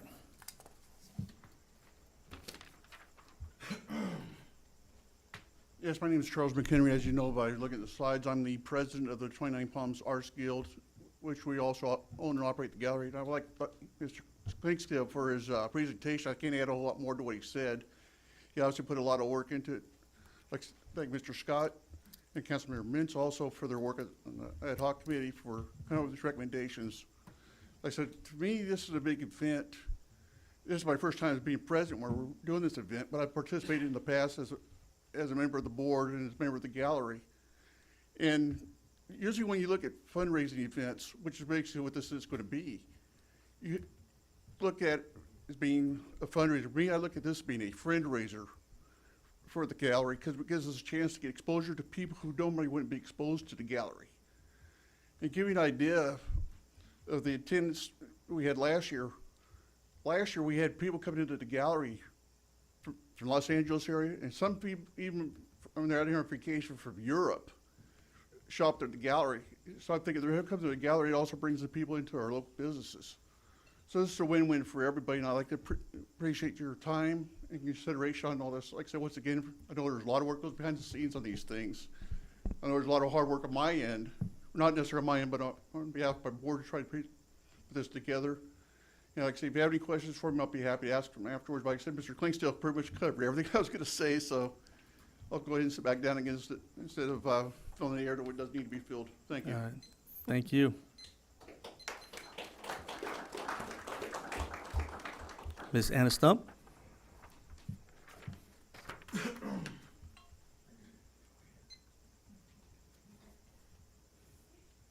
Good evening. Anna Stump, the chair of the Public Arts Advisory Committee. And I do want to clarify about our budget. We have always had for the past, I don't know how many years, 10 years, 15 years, we've had a $15,000 budget, $8,000 of which we have always given out in small grants for arts and culture, including, for example, to Theater 29 for the Seussical to allow children to attend that either low cost or even free if they can't afford it. This coming year, because we are now, the PAC is doing more and we are applying for our own grants. So for example, last year we brought in a $100,000 grant to 29 Palms. Just a few months ago, we applied for another grant from the California Arts Council for $30,000 for an after-school program. We're waiting to find out if we get that money, but applying for grants costs money. We can't do it ourselves. It takes a specialist, and we have to hire them, and generally that costs about $2,000. So coming up, we were going to have to reduce our community grants from $8,000 to $6,000. Already this year, we had 13 applications. We funded 12. We could not give the theater the full amount that they asked for. So that's why we are asking for an additional $2,000 to bring the funding back up to the level that we have been giving out. So I just wanted to explain it. Of course, we'd always take more because, you know, we love giving out money in small amounts, $1,000 or less, to community arts and culture projects. So thank you for allowing me to explain that. Appreciate it. Thank you. All right, that is it. Back up here for a motion. I'll make a motion first. I'll say thank you to Councilmember Scott and Councilmember Mintz for the hard work on giving this money up. And I would make a motion that we accept the ad hoc committee's recommendation of the events to be funded for a total of $26,050 with an extra $12,000. Second. Councilmember Mintz? Aye. Councilmember Scott? Aye. Councilmember Wright? Aye. Mayor Pro Tem Klink? Aye. Mayor Bilderain? Aye. Approved 5-0.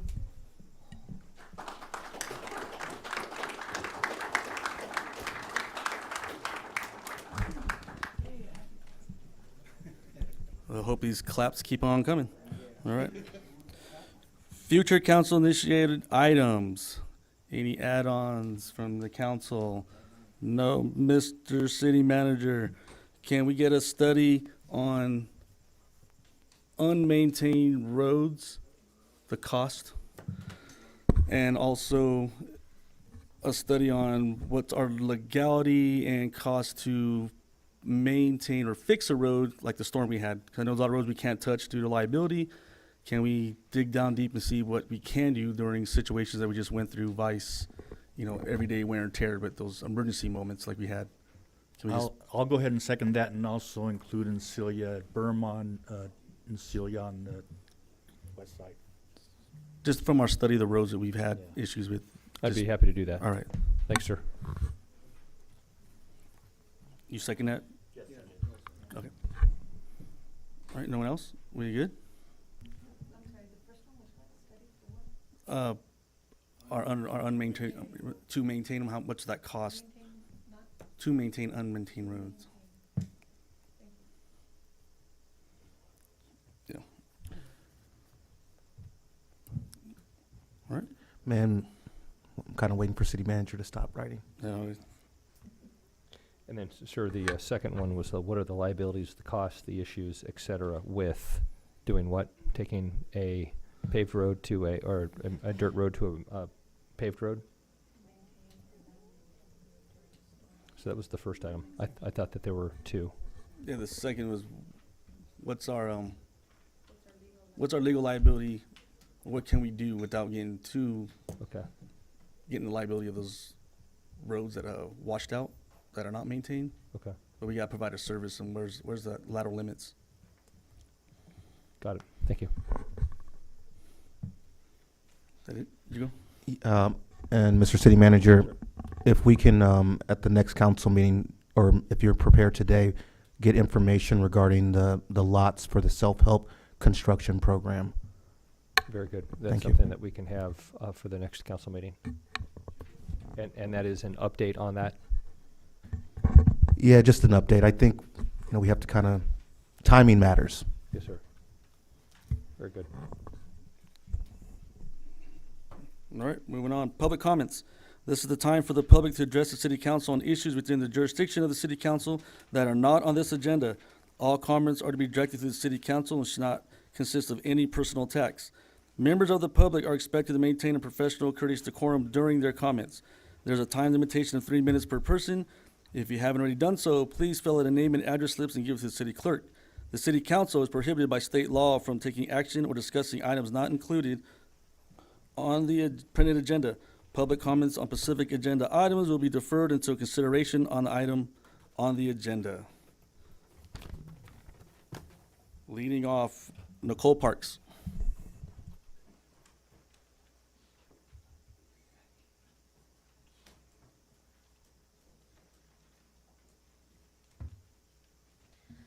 Hi, good evening. My name is Nicole Park, and I'm a local educator. I work at Yucca Valley High School. I've worked in the community as an educator for over 10 years, but I've lived here since 2005. And recently, our home was no exception to the significant damages that the storm caused. And so first, before I get into my situation, I want to thank the council and the community for everything that they have done to help the multiple people in the area that have incurred more damage than I can even imagine. So I am saying this with a light heart, but also with my family and my neighbors' interest at heart as well. So first and foremost, we live on Knowles Knoll, and the road there, when you're looking at it from 62, is a pretty steep hill. And before the storm, it was already a pretty haggard road to begin with, and it was pretty hard for any regular sedan to drive up. But since the storm, it has become what I have jokingly referred to my girlfriends that I've discouraged from coming to my home as the beginning stages of the new Grand Canyon. So, and my daughter jokingly refers to it as the San Andreas fault line. So it's a pretty significant corrosion from the water damage. So that leads us into some safety concerns. We have somebody in our home with sensitive medical needs and has to have in-home care services for their needs. And their care provider who comes out from the county has almost gotten stuck on our road. We had to teach them, over the river and through the woods route, which is other roads. And thankfully, we have a neighbor on the other side of our street on El Camino who generously paved some of the road so that we could all travel down that road and go down El Paseo as well. Another concern is we also have more damage to our home where we're hiring provider or contractors to come out and repair this damage, and a couple of them, even in their vehicles that should be fit for these types of roads, have gotten stuck. For instance, the company who came to start looking at some damage to our roof got stuck as he was trying to leave. My grandfather has been staying with us. We're privileged enough to have a nice little casita in the back, and so my grandparents been staying, and my grandpa has a wench on his Jeep, and so he's kind of like Captain Save a truck all the time and pulling people out often. Even the UPS man had to be pulled out of this road. Just even from our home looking at Knowles Knoll, it's a pretty steep dive for right now my rental because my car got damaged from the storm. So it's in the shop, and I'm in a little sedan. I normally drive an SUV, so it's difficult for me to get to work, and I work in Yucca Valley, so every day I have to get up super early. Grandpa's not awake early enough to tow me out of my own yard. Beyond that, there's a more pressing concern of what if there was a concern that I had to call 911 for my toddler or one of my children, or heaven forbid myself or my husband. Would the ambulance even go the right way, or would they also get stuck on the San Andreas fault line? Thank you, guys. Thank you. City Manager, go ahead. Thank you so much. I appreciate that. I've been in contact, I believe, with Miss Nicole's husband, Lou Parks, and we are currently talking about some of the process that they have available, that they could take that from a unmaintained dirt road status up to a paved, maintained status. That's going to be arduous. I think that's going to be something that's going to be revisited with the City Council at a future date. What I can say in terms of emergency service vehicles, there is a good dirt road that goes from their property up to 2 Mile. And so that would be, I think, the most expeditious route to go from 2 Mile down their property, it definitely does get, a little challenging. I was able to do it in my small SUV and then ultimately my Toyota to go from their house down to 62, but the emergency vehicles can't access their property from 2 Mile. All right, next, Benjamin Alley.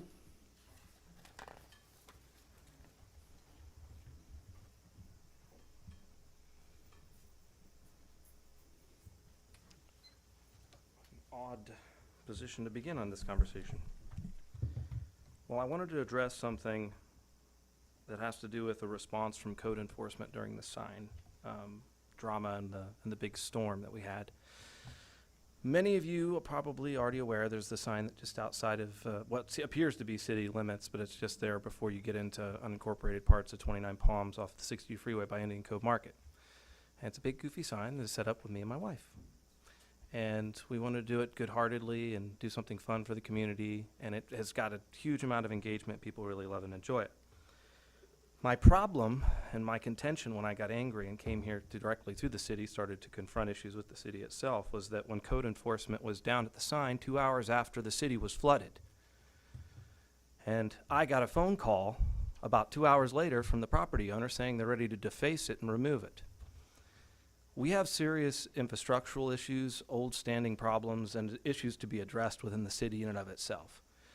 And you'll have to forgive me to not feel like I'm in such a good faith mood of charitability after seeing these congratulations to folks that really and legitimately have given like serious efforts to try to improve things. But I see really elementary issues with the infrastructure of the way that flood management works and operates, and to address it, it's gonna be like this huge thing for you guys if you're gonna do it in good faith. It's like a big challenge, and we should be focusing on that. But when code enforcement showed up after the storm and went around the town down 2 Mile Road to go look at the stupid sign, it is a waste of money, time, resources, and efforts. Here's the thing that I ultimately wanted to champion when I came here to the city council meeting that is way more important than the dumb sign, is that we have homelessness issues in the city. I talked in good faith with Octavius Scott outside briefly, and I apologize that our conversation came off as aggressive. But ultimately, when the data says that we have an issue, when the locals say we have an issue, when the lights go out at night, we got people running down Adobe Road left and right, we need to address some of these central problems. And if I see from citizens that have complained about the sign, that if you're concerned about your children being safe or having a better quality of a community, we should address it on the principles and merits based on where a good community is built on.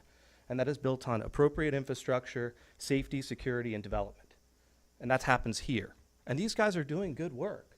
But I think the motivations and incentives for some private citizens that speak to the council are in bad faith.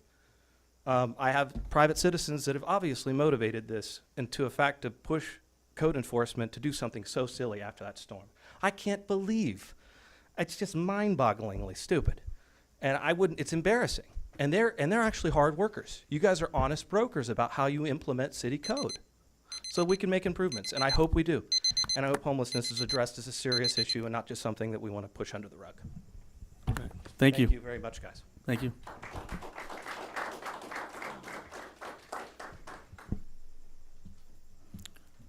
Mr. Deerstein? Good morning, my name's Mike Deerstein. I live on 71712 Laurel Lane, and the road getting to my house is impassable. It's off in Celia. The storm drain from the cemetery and the storm itself completely washed that road out. So far since the storm, 4 trash trucks, 1 propane truck, 1 water truck, 12 cars have been stuck on the road. Fire, police department, they can't get through there.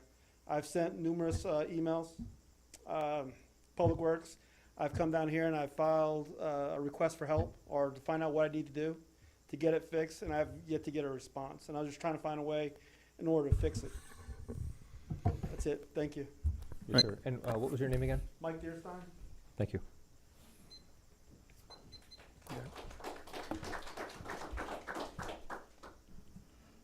Douglas Walters?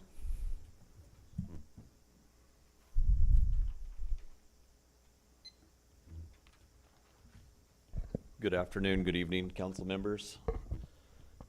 I'm part of this group that is having difficulty with the flood. We've been here before.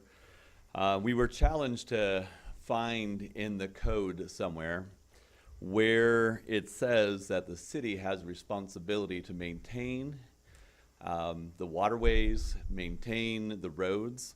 In section code of California Government Code, section 65302, I encourage you to write it down and look it up. It states that it is required of the cities and counties located within the state of California to review the land use and conservation and safety elements of the general plan, quote,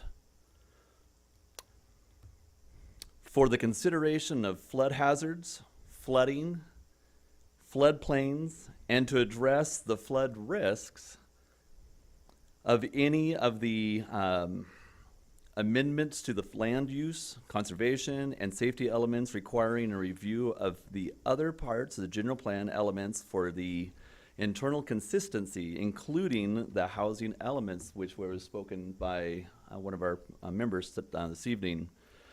The code also requires the cities and the counties of the state to annually review the land use elements within those areas covered by the plan that they are subject to flooding, identified both by FEMA and the Department of Water Resources. It also goes on to talk about the Navy, the Army, the engineers.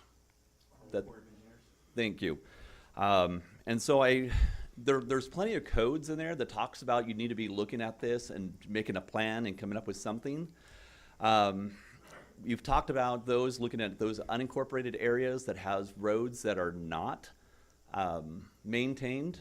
And I thank you very much for, Mayor, for looking into how to do that legally so that, I mean, it's part of the city. You guys have a frontage on all our properties, about 30 feet in some of our neighborhoods. And I've noticed over there by the cemetery that Public Works has removed a lot of the dirt from the street and has made berms over on the west side of the streets. And if you go over there by the cemetery, you'll see those all the way down in Celia. Thank you. Thank you.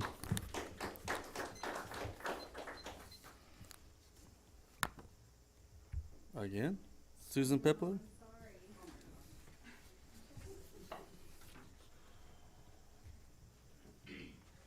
You're in luck, though. I'm out of the country for a month and a half, so I got to get it in. Okay, T-bid. With the reauthorization of the T-bid on our tails, I hope that City Council takes an opportunity to really review the marketing plan prior to the session that the agenda is on. It's fairly fat. You might recognize that a lot of it is completely regurgitated year after year without much change or implementation to solve some of the problems that we've already identified. So hopefully you can look at the plan and see where it can be tweaked. Instead of rubber stamping the marketing plan and the budget, what's working, what's failing. And I could start with maybe what's failing. $200,000 worth of events that aren't being advertised. It takes T-bid alone, I'm not talking about the 9% that goes into our general fund to pave people's roads, because that's where we're going to get the money to do that if we don't have heads in beds.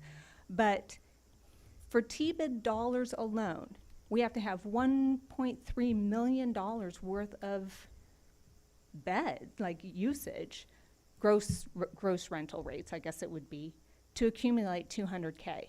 And so we have $200,000 worth of events that people don't know to come here. And it's like, this is an opportunity, again, where with some direction from City Council and oversight, which I feel is desperately required at this point, to hold the T-bid and the board members accountable for their budget and how they're gonna market. This easy pass of just spending whatever it is, don't quote me on this, $27,000 for conventions. How about we have a marketer? How about we have a promoter for these events that cross members? Again, it sounds like I'm the one regurgitating this now, but the fact that this gets year after year is not being addressed is kind of incredible to me. So it's like, use some of the slush fund from their 200K that they didn't spend, that you guys told them to. They have $9,000 sitting. Parks and Recs has $11,000. You know, start getting somebody in to coordinate these things. Work with the Marines so people can, when events are coming, hey, Janny, Jill, come on out. There's this great event that's going on at Historic Plaza. Those are the people that are going to stay in our hotels. That's how you're going to get your 9%. People want revenues to make infrastructure changes. People have to stay in 29 Palms to do it. So that's where I urge you to look at the changes before reauthorization and hold them accountable to these budgets and have them make like significant changes and execution this year.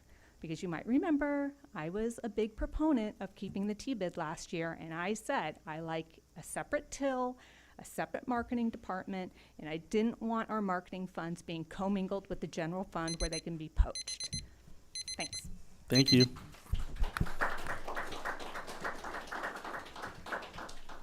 Enjoy your vacation. Eric Menendez?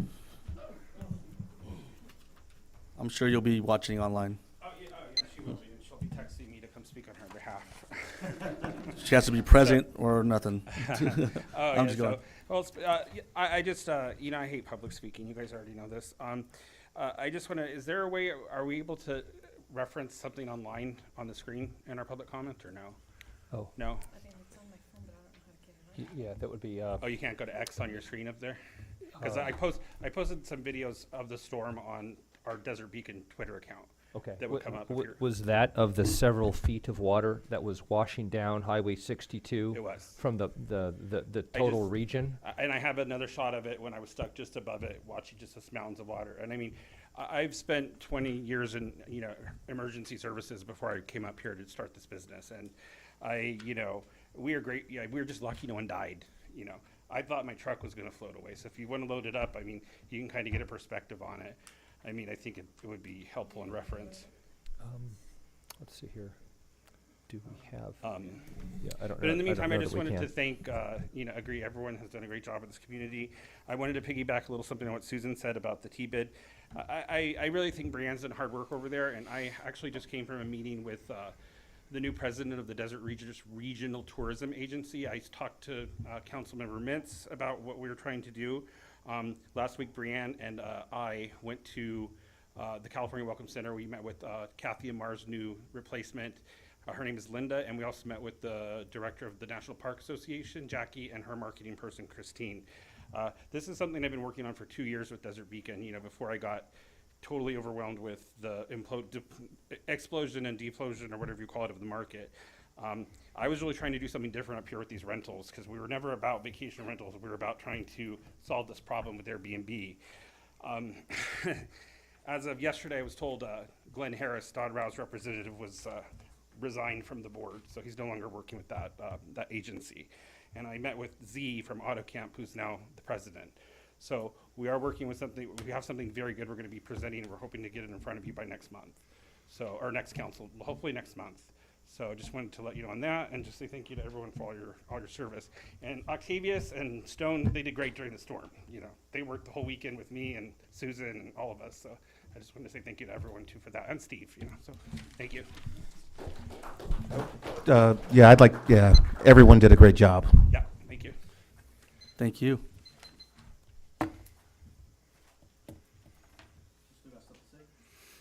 If you would like me to. All right. City manager's update.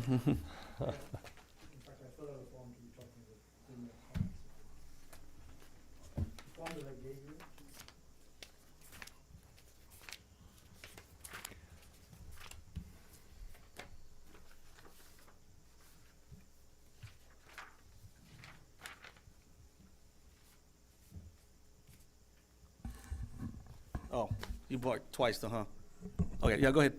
Thank you, Mayor. I'll mark it on here for the other one. Thanks.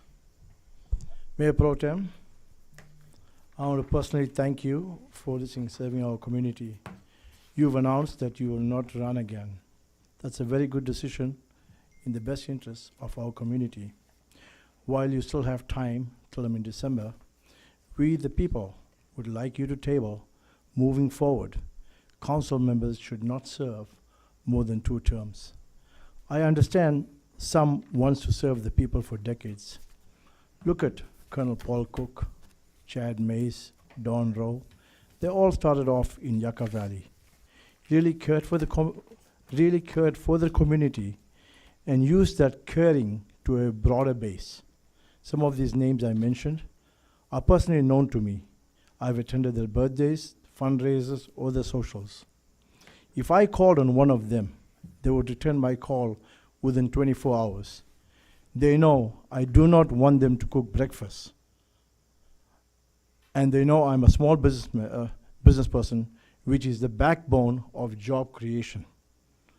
I add value and I increase the tax base in a local community. I remember Colonel Paul Cook coming from Sacramento just to remind me how important it was to him that my issues are unresolved. I do not make calls looking for a preferred treatment or favors. All I want is to be treated fairly and equally. I called on our newly appointed city manager numerous times to show the issues I faced with no return call or site visit. I'm giving my retail development under his watch a second thought to be developed. Thank you. Thank you. City manager's update? Yes, sir. So I've got a couple of things here, and recognizing that I am standing between all of you going home, I'll make it brief.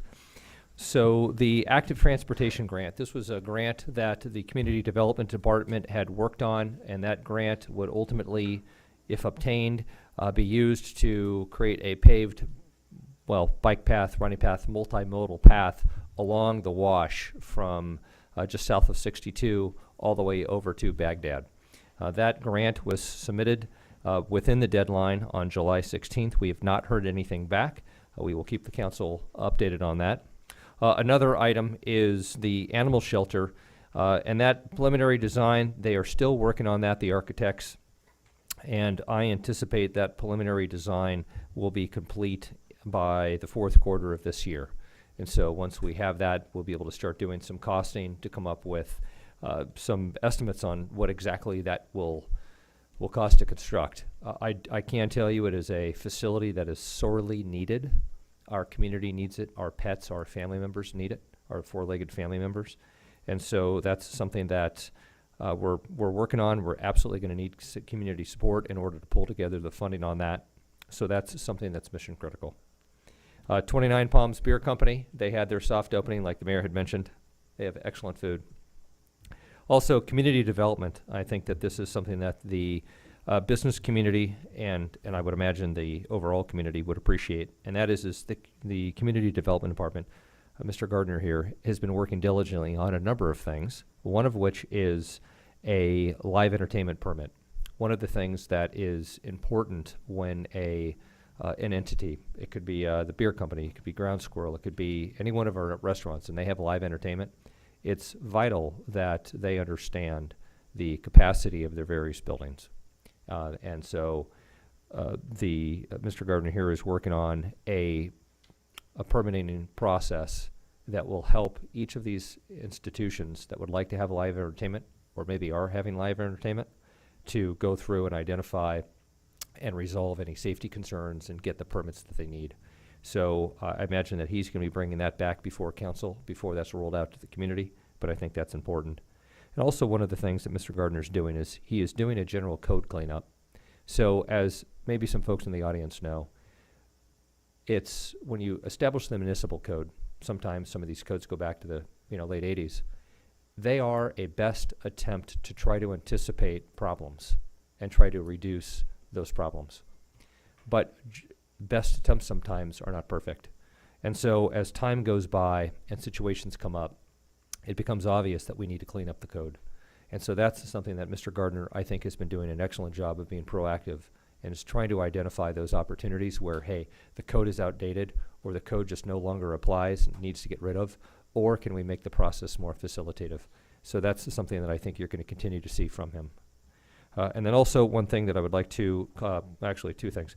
So I'd certainly suggest that Mr. Vino has my personal cell phone number. He's welcome to call me anytime he'd like to discuss some of the issues he brought up tonight. And then also the mayor, I'd like to thank the mayor for all of the time, the energy that you've put into this storm event. And you were always accessible anytime, day or night. You were out there in the field the day of the storm. And so there's been a lot of thanks here tonight. A lot of people recognized, but one of the things that I think is important is to recognize everything that you've done in this. So thank you very much.